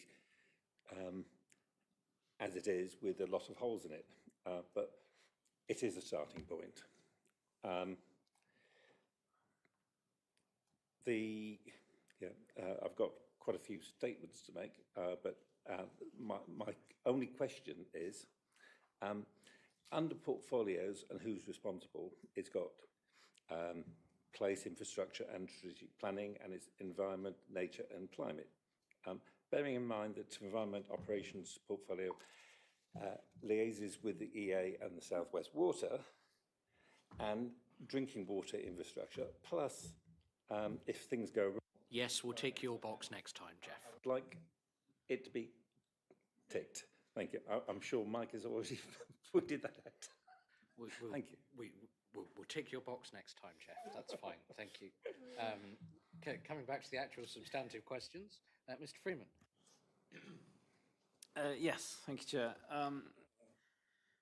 So yes, hydraulic capacity versus biological capacity, I'll try. And then hopefully Todd will dig me out of the hole I'll dig for myself. I mean, so my limited understanding is, so obviously hydraulic capacity is physical capacity to deal with volumes of effluent or water coming through, whereas the biological capacity would be the actual treatment process and how much it can actually deal with. So I think the point is that the study only looks at the hydraulic capacity, which I think is correct. Looking at the report, that is what it's focused on, I suspect. Haskoning will say that that's a result of the data that they've been given, and had they had data on the biological capacity, then they'd assess that. I think it potentially also comes back to the methodology for water cycle study, which is that the Haskonians Commission was to do it in accordance with the Environment Agency's guidance on how you produce a water cycle study. And I think that predominantly talks about hydraulic capacity. So I think this comes back to this issue of getting to a common understanding, because we've got, as Councillor Faithful says, different people saying different things, and you can't necessarily reconcile them. You know, coming almost on to Councillor Faithful's point, I did try and develop a spreadsheet that had all of the different comments and try and line them up in terms of who was saying what, in the hope that some of what South West Water's comments were saying would answer some of the questions that the Environment Agency had, and it didn't work like that. Unfortunately, it turned out to be far more complicated than that. So just trying to line it up. I really want to get everyone in the room just bang their heads together and sort of say, just tell me what the answers are here, because it's getting quite frustrating at this point, isn't it? In terms of just trying to understand what is a highly technical issue that, frankly, I'm not trained or qualified to deal with. And yet we've all got into quite a lot of detail and understanding of these issues, but we're still amateurs, ultimately. We need those that are supposed to know to tell us. But even they can't seem to agree. So this is why the report sort of refers to having meetings and discussions to try and come to some kind of common understanding. I hope we can do that in time for that to feed into a sort of final version of the water cycle study, and any additional work, if additional work is needed to understand the biological capacity, then hopefully South West Water have got the data and that it can be fed in, verified by Haskoning and fed into the final report. But I don't know, without those further conversations with South West Water and Haskoning and the Environment Agency, what data exists and how much they can take comfort from that.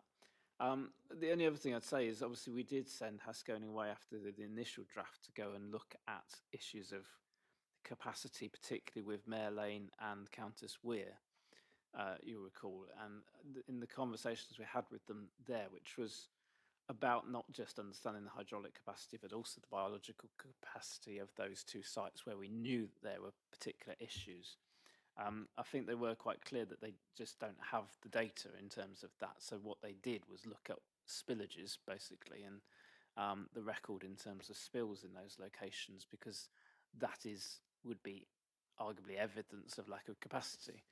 And so that was the basis upon which they did that further work on those two sites. Ironically, I think the Environment Agency now criticising us for not doing that work for all of the sites and for only pinpointing those two particular sites. So again, maybe there's further work to be done there. But I think that did start to touch on those kind of capacity issues again. So further conversations and work to be done to try and get this over the line and address those points. I don't know if you want to add anything, Chair, on that from your experience. I think the only thing possibly that I would add is, and I think Mr. Freeman's report says it sort of before you get into that RAG rating table, the Environment Agency in particular are nitpicking on a lot of quite precise, I don't want to say small, but you know, they're details that the EA and Natural England are picking up on. I'll accept there's the two red rated ones that we do need to look at, but by and large, the statutory consultees aren't saying, no, your water cycle study is wrong. Honiton has capacity, Fluxton has capacity, Collerton has capacity, whatever. They're not saying that. Far from it. They're picking up on, excuse me, points of detail, which yes might give us a better and more robust study, but isn't necessarily going to change the fundamental conclusions about whether or not there is capacity in the stations that the study is looking at. I think that would be a fair comment.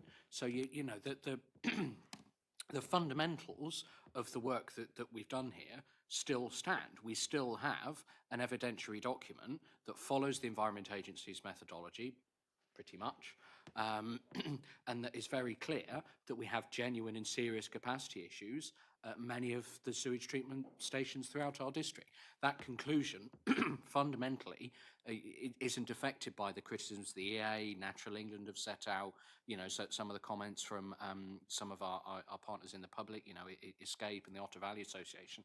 The conclusions remain. There are still capacity issues about which our development management policies approach needs to do something, about which South West Water needs to do something. I remain worried that South West Water's reaction to the study when asked to comment by Bradley Gerard for the Sidmouth Herald was that they don't recognise these conclusions. That does concern me, because ultimately the one entity that can really do something about these capacity issues is South West Water. It also concerns me that the Environment Agency's response has not been more robust in saying, yeah, well done, hoorah, we'll back you. Because ultimately they're the regulator who can make South West Water do something about these problems. So, you know, are there still hurdles for us to overcome? Yes, absolutely. But fundamentally, I think we have a really good piece of work here, which we should be really proud of. Yes, it could be better. Yes, there's more work to do. But we've taken a really big step with this study. Are there further genuine questions, or should we go into debate? I'm feeling, okay. Councillor Bailey, is it genuine question, or do you want to go into debate? Okay, very well, go ahead. Thank you, Chair. Before I put my genuine question, I would like to say, I agree entirely with what you've just said. Now, having said that, I'd like to draw your attention to page 62 of the report.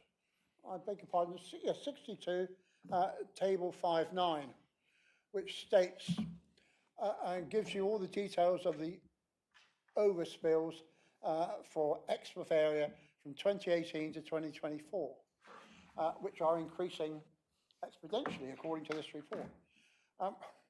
So my question to Mr. Freeman is, are we, as an authority, going to take notice of this report? We're not notice, but noted, but we're going to back up entirely what the chairman has just said. We're going to push and push and push. Because as this report stands, looking at it, anyone with any interest in it would think, well, it's not relevant to build any more houses because the system clearly is not capable of taking in the sewerage. And that is the end of my very short question, and thank you for allowing me to take it, Chair. Councillor Faithful, briefly, please. Thank you, Chair. Reference the comment about water supply to Malcolm. How do we establish where the water's actually coming into Malcolm from? My understanding of what, because all we've said about is it's coming from Wimbleball, but there's a long way between Wimbleball and Malcolm. And from personal experience of speaking to a South West Water engineer who used to work in the sewage and then he got onto the water supply, what happens at South West Water is when they increasing the supply for the extra houses, they just connect to the old water main, and to increase the capacity of the water going through it, they just increase the pressure. And they increase the pressure until the pipes burst. And you get all this water coming out all over the road. So they drop the pressure down just a little bit so that it hasn't, well, hopefully split. And then it splits further up down the road because it's still got the old pipes. So, you know, we do not have the infrastructure. We're making do and bodging around, or a certain party is working at bodging around, whacking up the pressure on pipes that were never built to take the volume of water they're taking. So is there any way we can comment on the comment about whoever it's Environment Agency's observations about water supply to Malcolm?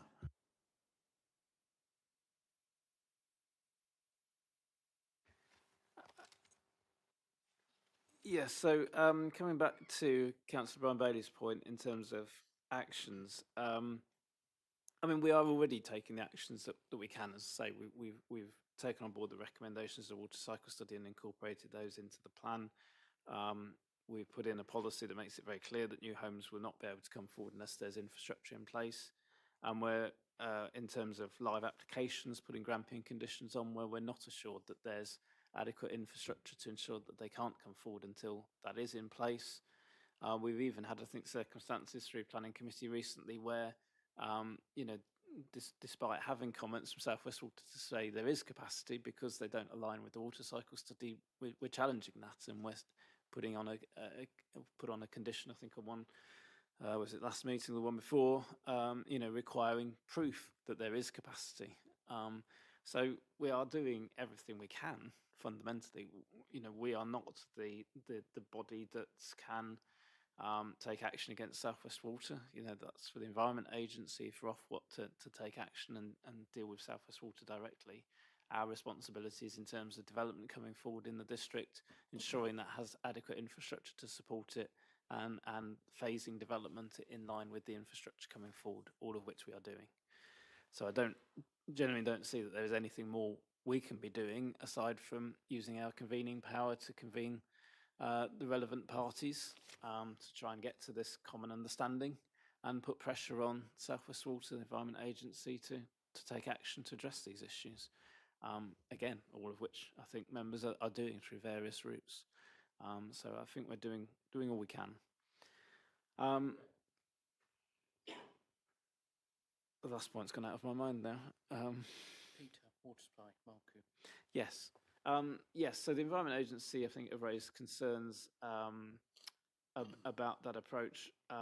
You're right, it comes from the Wimbleball water resources zone, and then there's infrastructure in between that needs to be provided. I don't think it's necessarily a concern with that approach in terms of the supply. I think, from memory from the Environment Agency's detailed comments, they're talking about what happens if that infrastructure isn't provided. Is there a plan B, and concerns about sort of the risks associated with it and how that's all been assessed. I found it a rather odd comment because when I looked at the Water Resources Management Plan 24 that South West Water produced, which sets out their investment programme and all of these issues, there is, as part of that, a risk assessment and the consideration of alternative options within that document. So I did find it a rather odd comment from the Environment Agency, because presumably they know that the Water Resources Management Plan exists and has that in it. So that's one of the things I need to pick up with South West Water in terms of making sure that we've got those documents and can send them on to the Environment Agency with any other evidence that supports that.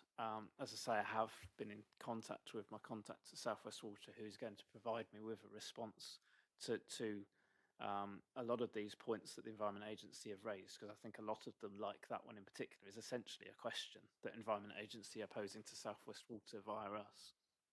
And if we can get an answer from South West Water that's backed up through their reports and their plan, like the Water Resources Management Plan, then hopefully that can be something that's easily dealt with. But I don't think South West Water, to my knowledge, are particularly concerned about issues of water supply to Malcolm.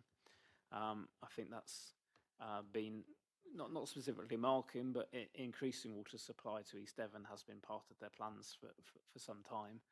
And they have a programme of infrastructure to do that, and that's reflected in Hasconing's findings and South West Water's comments. I think it's just the Environment Agency wanting some reassurance that risks associated with that and alternative options have been considered, and I'm confident that exists. We just need to put that in front of them. We seem to be generating more questions as Ed says more things. So I will take Councillor Faithful, Councillor Fernley, and then we are Councillor Howe, and then we are going to debate. 110, this was from last night, it's not from today. 110 litres per person per day. Have we got any evidence? Where do we get it from? And how have we got any evidence that that is actually the case? Because we don't need to have all these houses going up and then find we're needing more than that for the residents.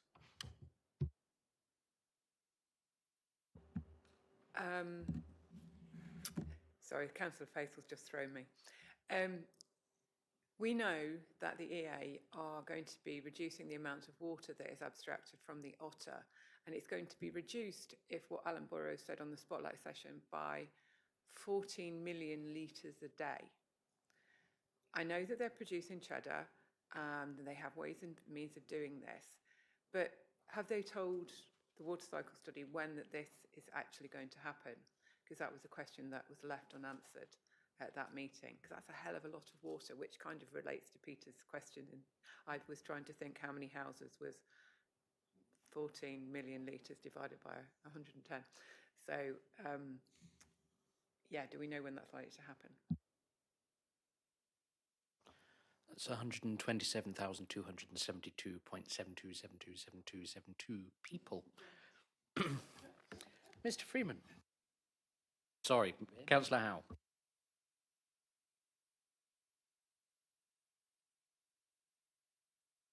I'm having a daydream. See, I'm not so worried about the water supply. They will have to provide it, end of story. You know, and they will provide the reservoir, as we know, being built in Cheddar and the rest of it. The EA is the extractor, etc. The question I've got for Mr. Freeman is about Counters Weir sewage treatment plant. Because obviously East Devon is not the only district that puts its sewage that way, shall we say. We've got Exeter and Teignbridge, both supplying new housing, new development.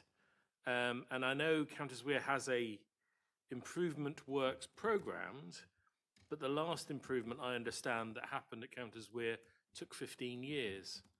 And I'm sat here today trying to think of 3 districts, effectively 2 districts and a city, that really should be slowing down development in those areas affected, particularly Counters Weir, because of the sewage load in the ex-estuary and the harm it is doing to our wildlife for Triple SI and everything else. So it's a question I've got, an open question is, how are we talking to Teignbridge and Exeter about the work we've done to try and get them on side with us as well? Teignbridge and Exeter, who didn't bother with the water cycle study, Exactly of course. Mr. Freeman. Thank you, Chair. Yes, so if we come back to Councillor Faithful's comments, I mean, I think the 110 litres per person per day. I mean, this is the water efficiency measures that are in the plan. They're not uncommon. I think my own house has those restrictions on them, to be honest. So I don't really see it as a big issue. I think it's perfectly achievable. I think it's been achieved at many other locations. And we are, I would stress, and I think this is a common misunderstanding of all of this, we are only talking about new homes having that restriction. We can't retrospectively impose those restrictions on existing homes. So it's about the new homes coming forward. And there's various measures in terms of the design of the homes to integrate that in. So I'm confident that that's a relatively easy measure to comply with, and it's a voluntary measure under the building regulations, so we can actually check that it's actually put in place and carried out as well.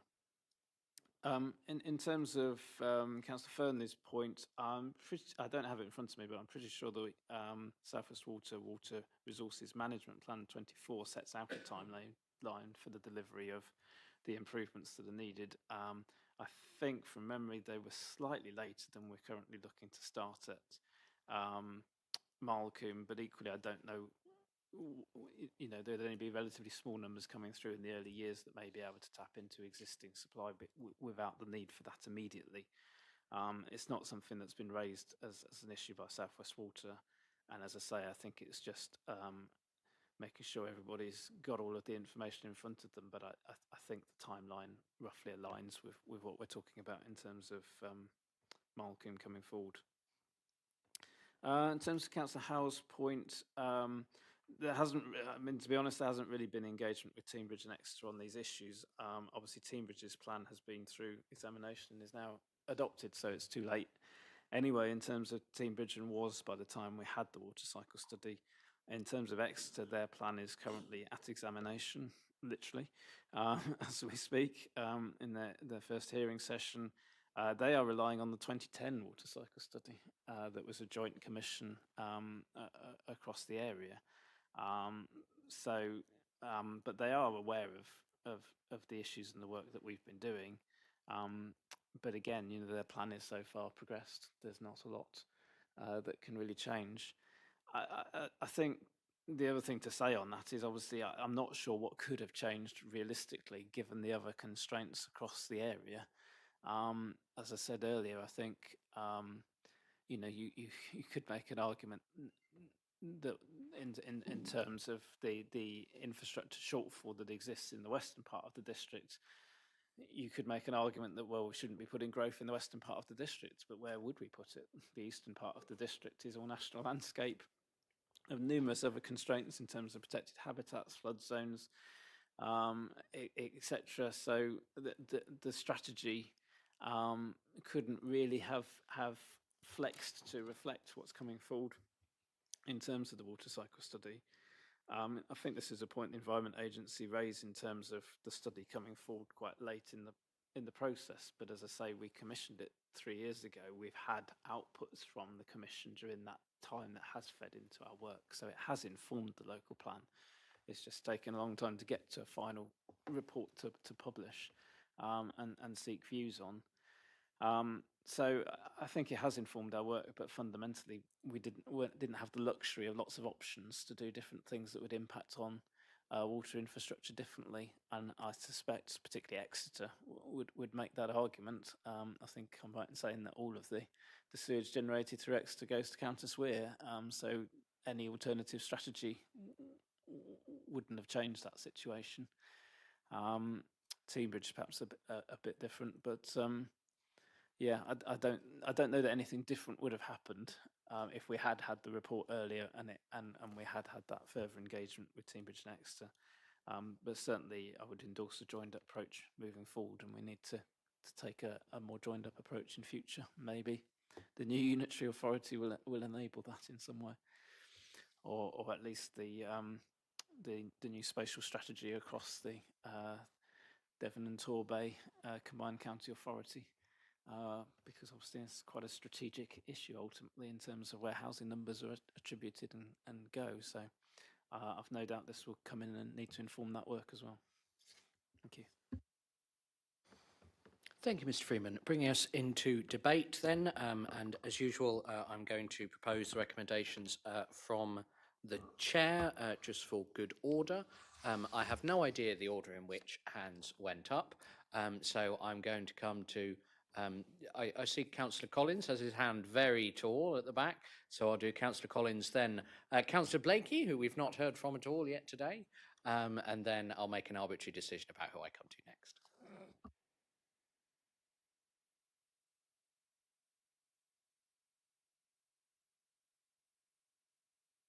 Councillor Collins? Thank you, Chair. I feel that water authorities throughout the country should be culled, got rid of. They don't seem to be serving very much useful purpose, causing no end of problems and pollution. Many countries, the councils run their water services, USA, Canada, Australia. USA, they collect, well, all the sewage. They turn into fertilizer. They collect all the solids, and that is turned into a product which they sell on to people with their gardens and to farmers for growing crops. That needs to be done in this country. Yes. So, many years ago, we had East Devon Water Board that took up the same, basically the same areas what East Devon Council covers now. And East Devon Council in the early days used to send representatives to East Devon Water Board. That worked perfectly well. I can't understand why it was abolished. It was privatisation, so we had South West Water, and all they do is fleece their customers.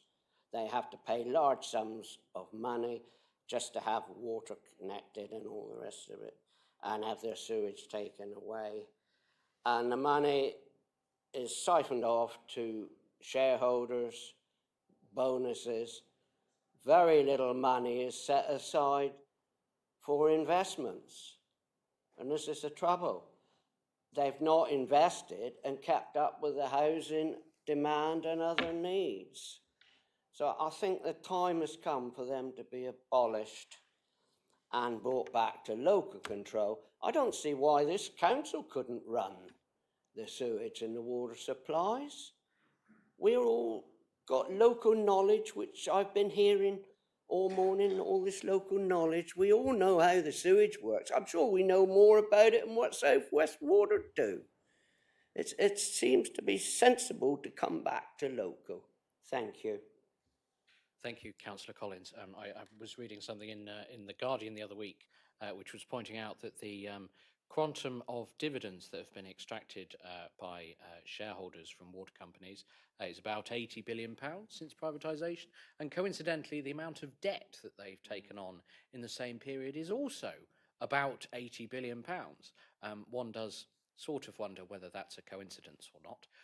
But notwithstanding that, we can't nationalise the water boards today. So some sympathy there, Councillor Collins, but I will move on from that subject. I then said I was going to come to Councillor Blakey, didn't I? So I will keep my word. Councillor Blakey. Yes, I believe you did. Yes, just to take up on Councillor Collins' point very briefly, South West Water is, of course, a limited liability business whose responsibility is entirely to its shareholders.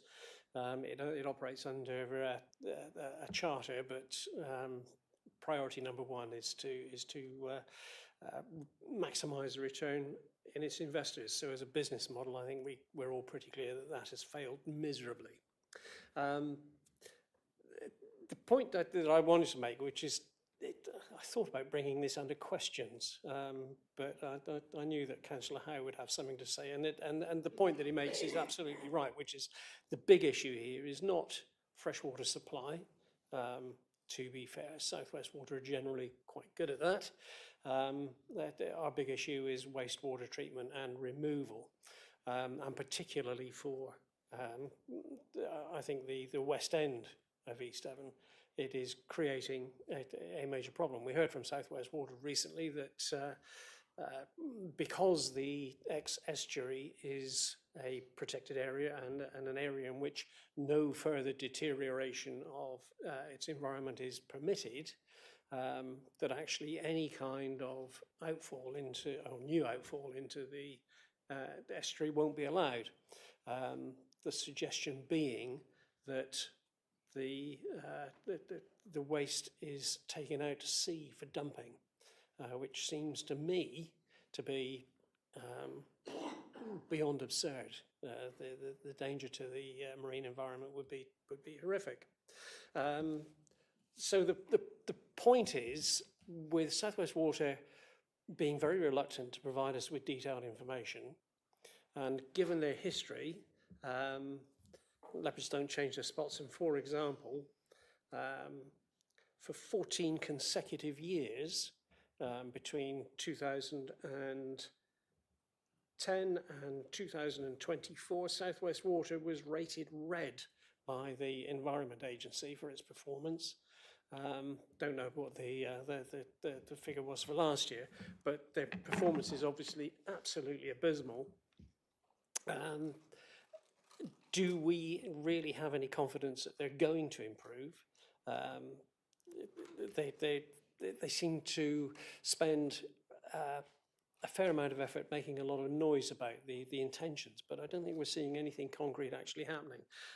So my concern is that our new local plan is actually going to be scuppered by a company over which we have no actual control, and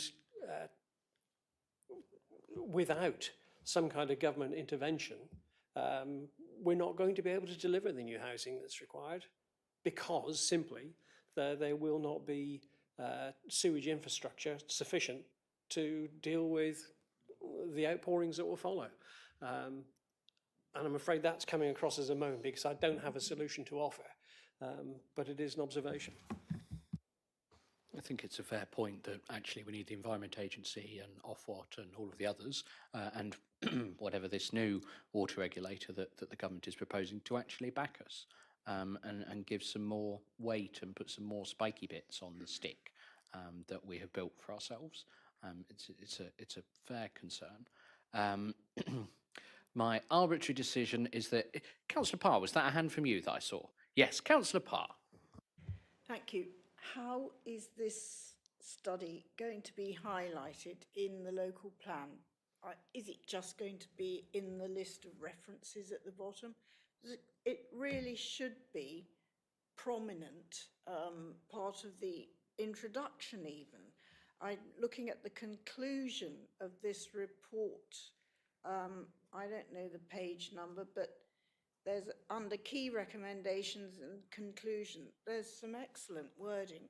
I just think that people reading the local plan need to know that it must be read with this water cycle study, which does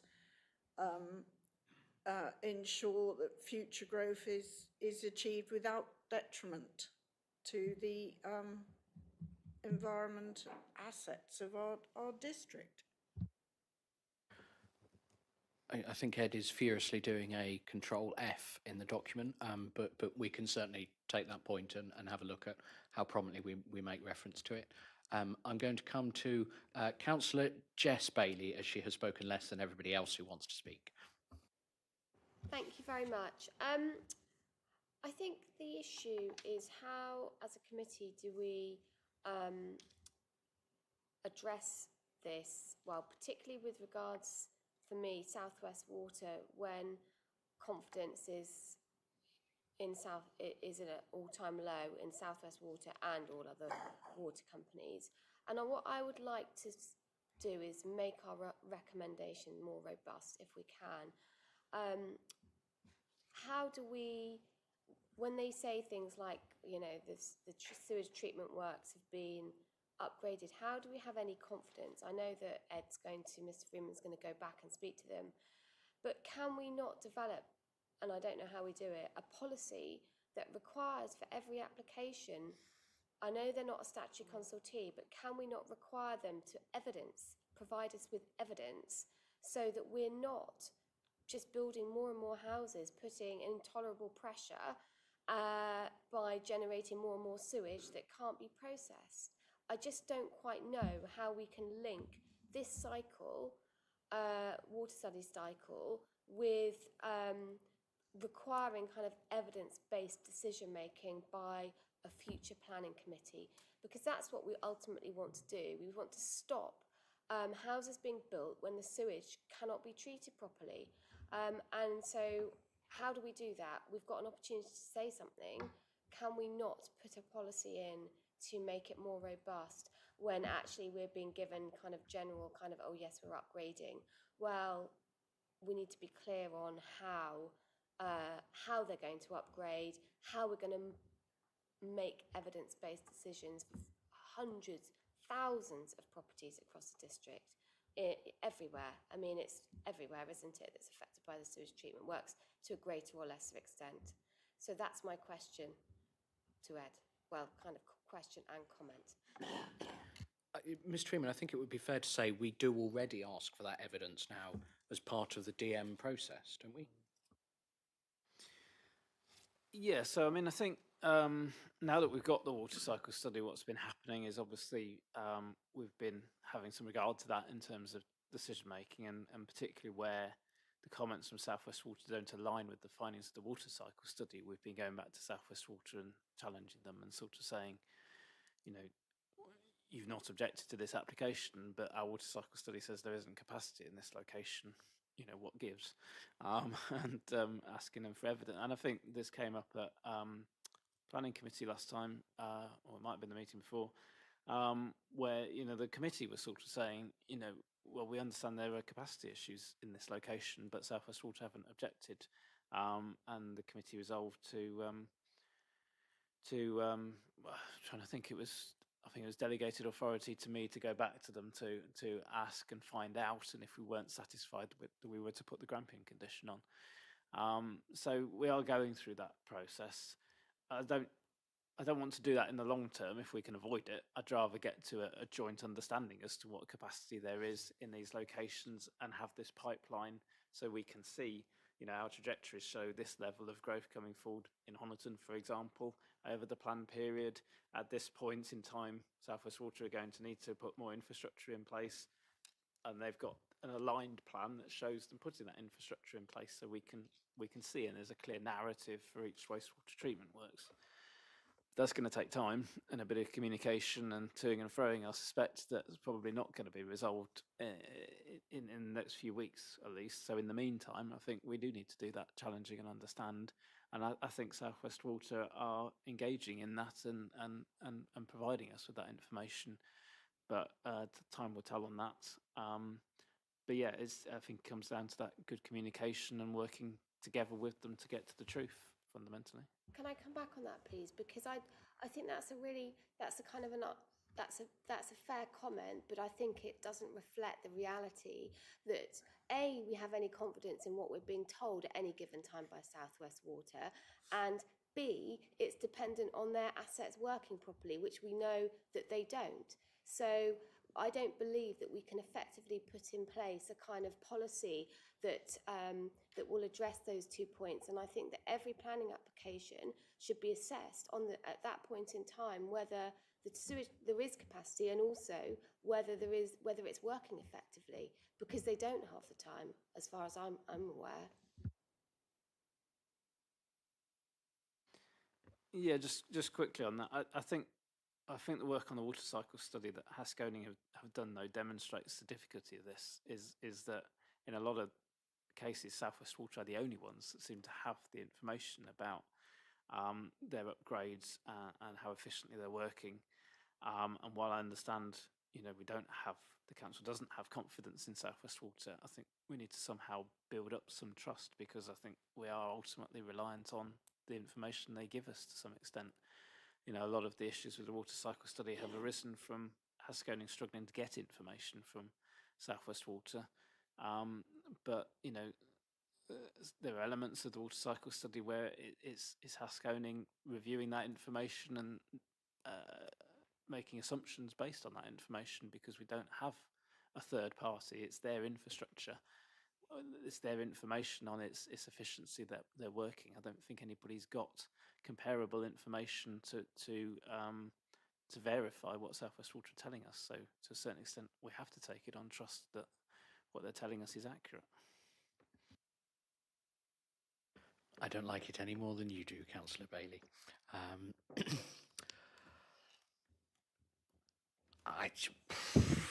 Paula.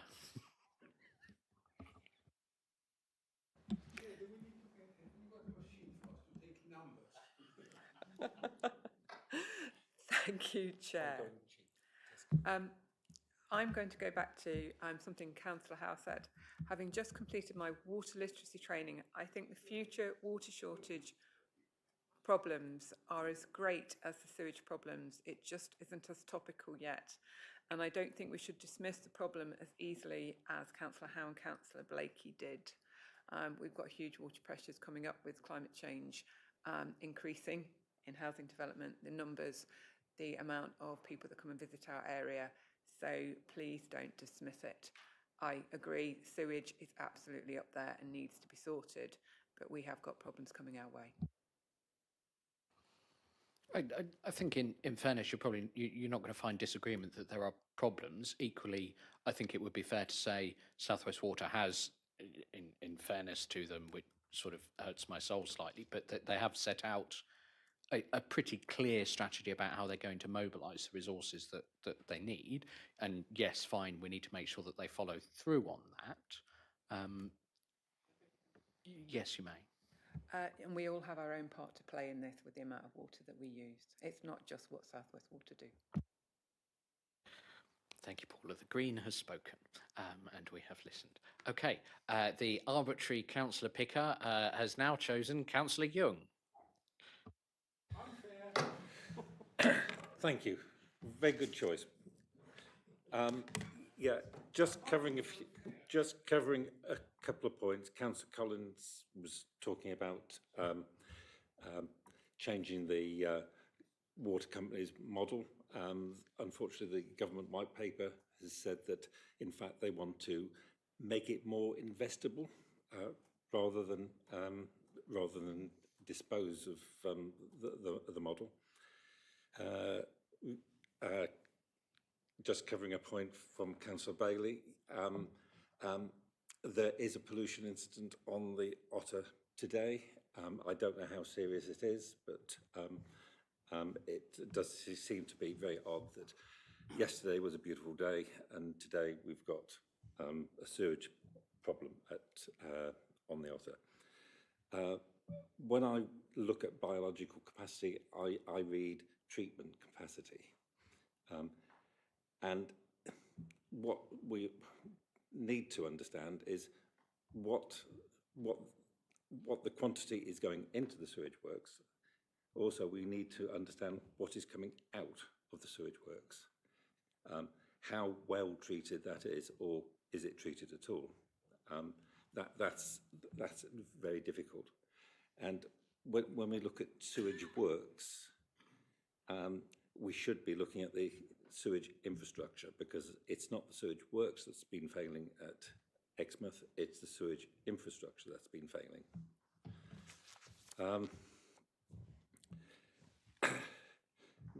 Now on to the nitty-gritty.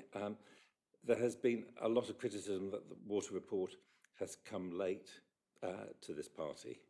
A lot of comments on that from residents.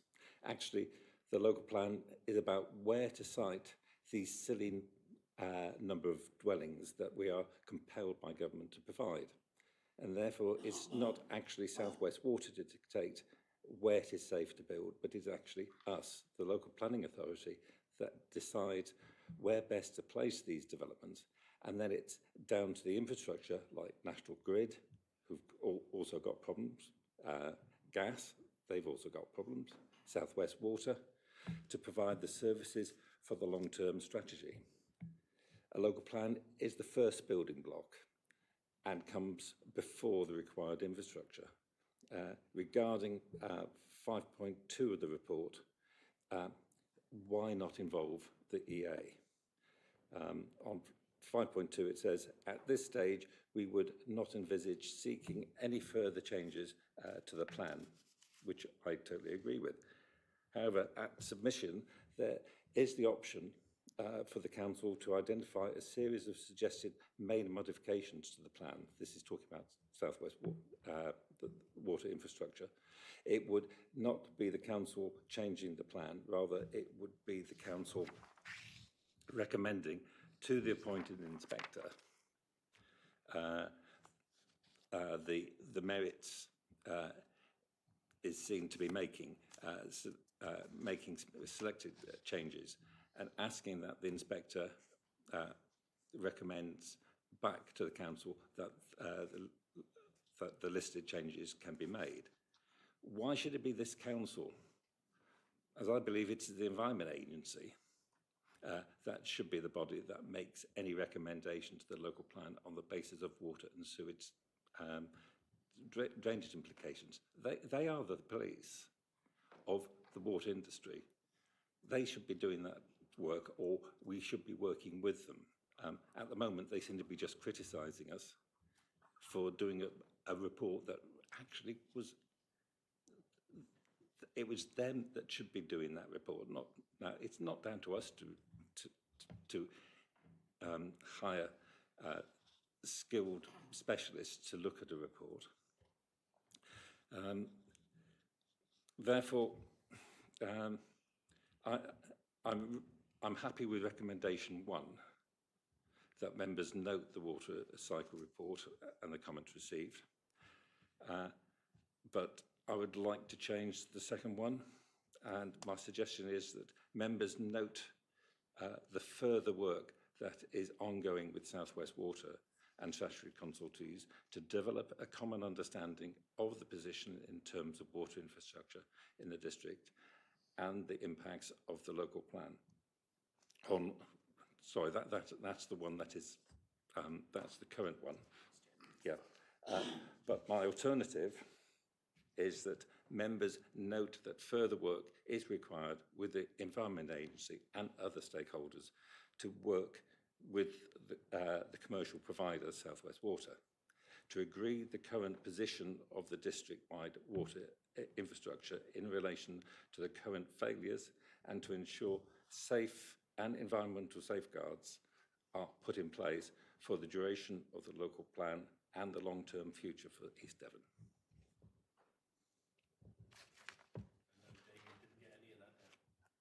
No, I was just going to say, I heard it. I didn't get the chance to write it all down. If members are minded to agree that word, and I think it's sensible to read it out again before they vote, and also if we can have a copy at the top table, please.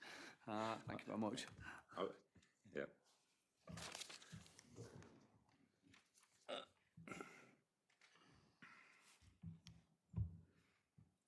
Just a moment.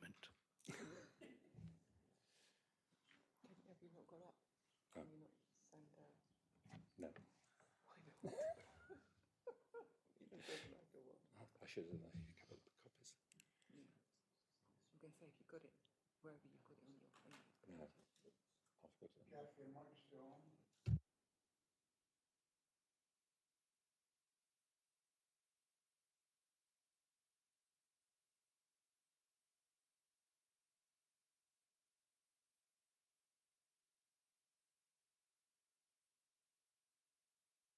Were there any other speakers while we just write this up? Councillor Howe.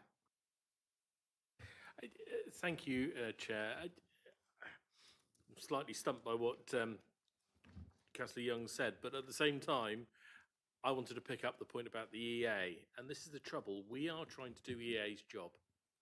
And when you look at appeals up and down the country, it is virtually impossible to refuse planning unless the EA has put in an objection on sewage and all the other constraints we have. And that's the fundamental issue. Without the EA behind us, this report, to me, I'm trying to think of a good expletive now because the wrong one's going to come out. It isn't a lot of... No expletives, please. Well, no, I wasn't... Yeah. It's a great report, but it is just that. It's a report that won't actually achieve much. And that's a really hard thing to say at this minute in time. Because it shows what we all knew, I suppose, is the best way to put it. But the EA needs to now act on it. And I just want to know how we can sit down with the EA particularly and try and encourage them, work with them to use the permits and everything else that they've got in their power to assist us and the whole of Devon effectively to get a better result for everybody. And I suppose that's an open question to Mr. Freeman and the chair.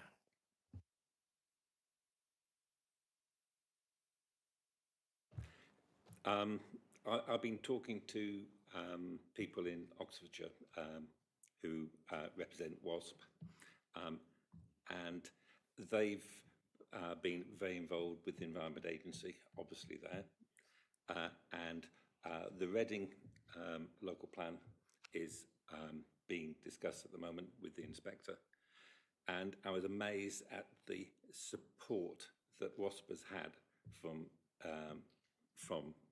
the Environment Agency there. The Environment Agency have been told to quieten down, to not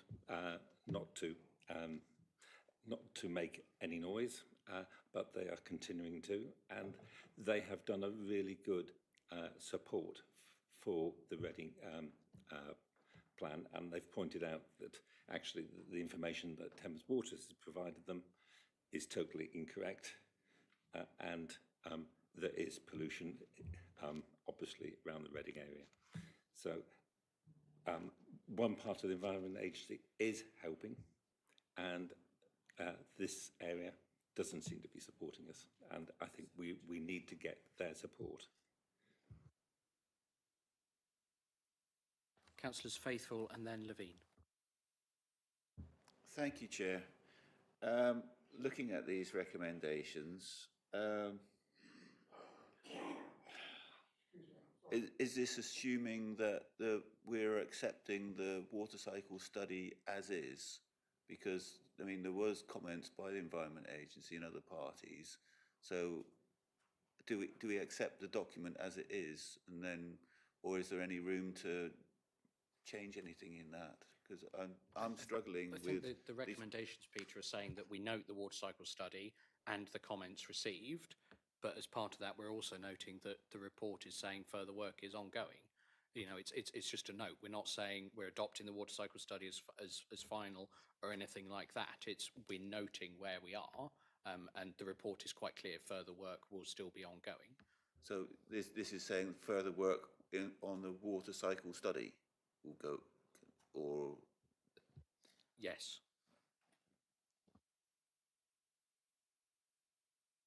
Councillor Levine. Can we go for a vote? So, I think Councillors Young and Bailey have highlighted a desire to make this recommendation, the second recommendation, a little bit more robust, particularly in relation to the role of the Environment Agency and the need for enforcement. Mr. Freeman wasn't quite happy with some of the last parts of the wording that Councillor Young has presented to us with. So I've improvised slightly a rewording of Jeff's rewording that I thought I would float, which I also have written in a digital format that I can actually share with colleagues. So my suggestion would be, if members are minded to alter the second recommendation, that we make it as follows. That members note that further work is required with the Environment Agency and South West Water to agree a common understanding on the current position of East Devon's water infrastructure, particularly in relation to current areas of infrastructure capacity failures and the Environment Agency's responsibility for enforcement to ensure appropriate environmental safeguards are put in place. I think that brings out the Environment Agency enforcement point that we've sort of been dancing around a little bit. Councillor Young happy with that? Well, I made the proposals in the first place, so I have the power.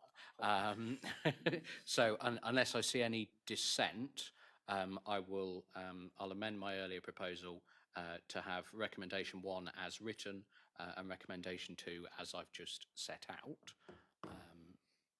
Any further comments on that? Please say no, I'm hungry. No, okay, in which case then I will take us forward to a vote on those two recommendations. Recommendation 1 is as set out in your papers. Would members like me to read recommendation 2 again? Yep, okay. So recommendation 2 to read that members note that further work is required with the Environment Agency and South West Water to agree a common understanding on the current position of East Devon's water infrastructure, particularly in relation to current areas of infrastructure capacity failures and the Environment Agency's responsibility for enforcement to ensure appropriate environmental safeguards are put in place. Are we all clear what we're voting on? Councillor Fitzgerald is laughing, Councillor Howe has his hand up, and so does Councillor Davey. Councillor Howe. Because of that phraseology you've used, shouldn't we be including Natural England in that equation as well? Natural England aren't the regulatory body, though. The Environment Agency are. You're right, but they also have a remit regarding wildlife, particularly in our rivers and everything else. And as such, the pollution is actually concerned to them in some of their comments in our water cycle report.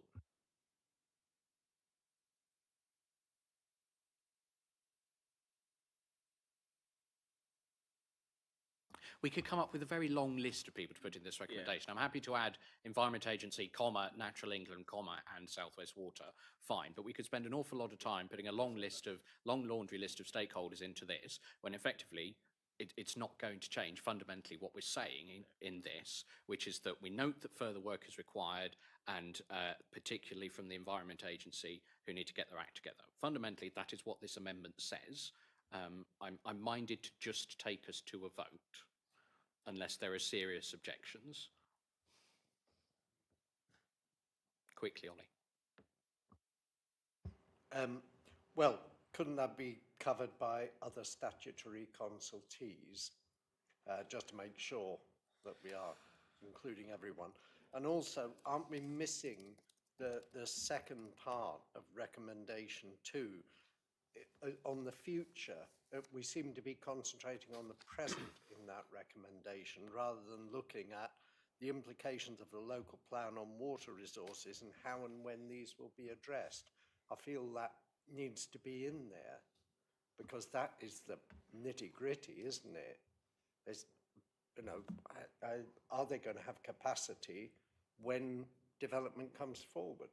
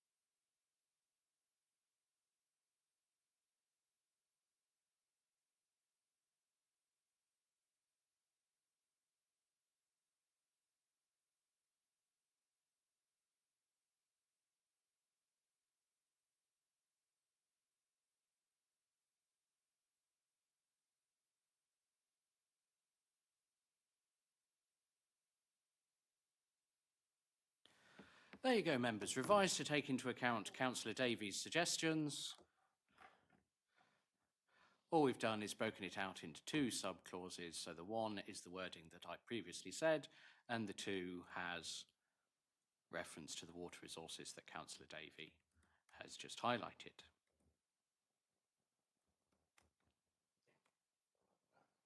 Good, we're all happy now. Okay, that is recommendation 2, which I'm proposing from the chair.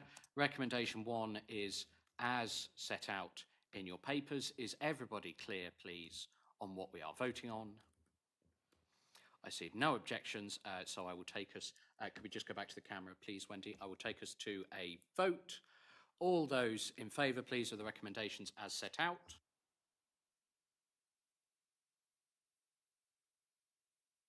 That is unanimous. Thank you very much, members. That only took us an hour and a half. Very good. We are now going to break for lunch. Shall we say half an hour? Are folks amenable to that? In which case, we will resume at 1:15. Thank you, members.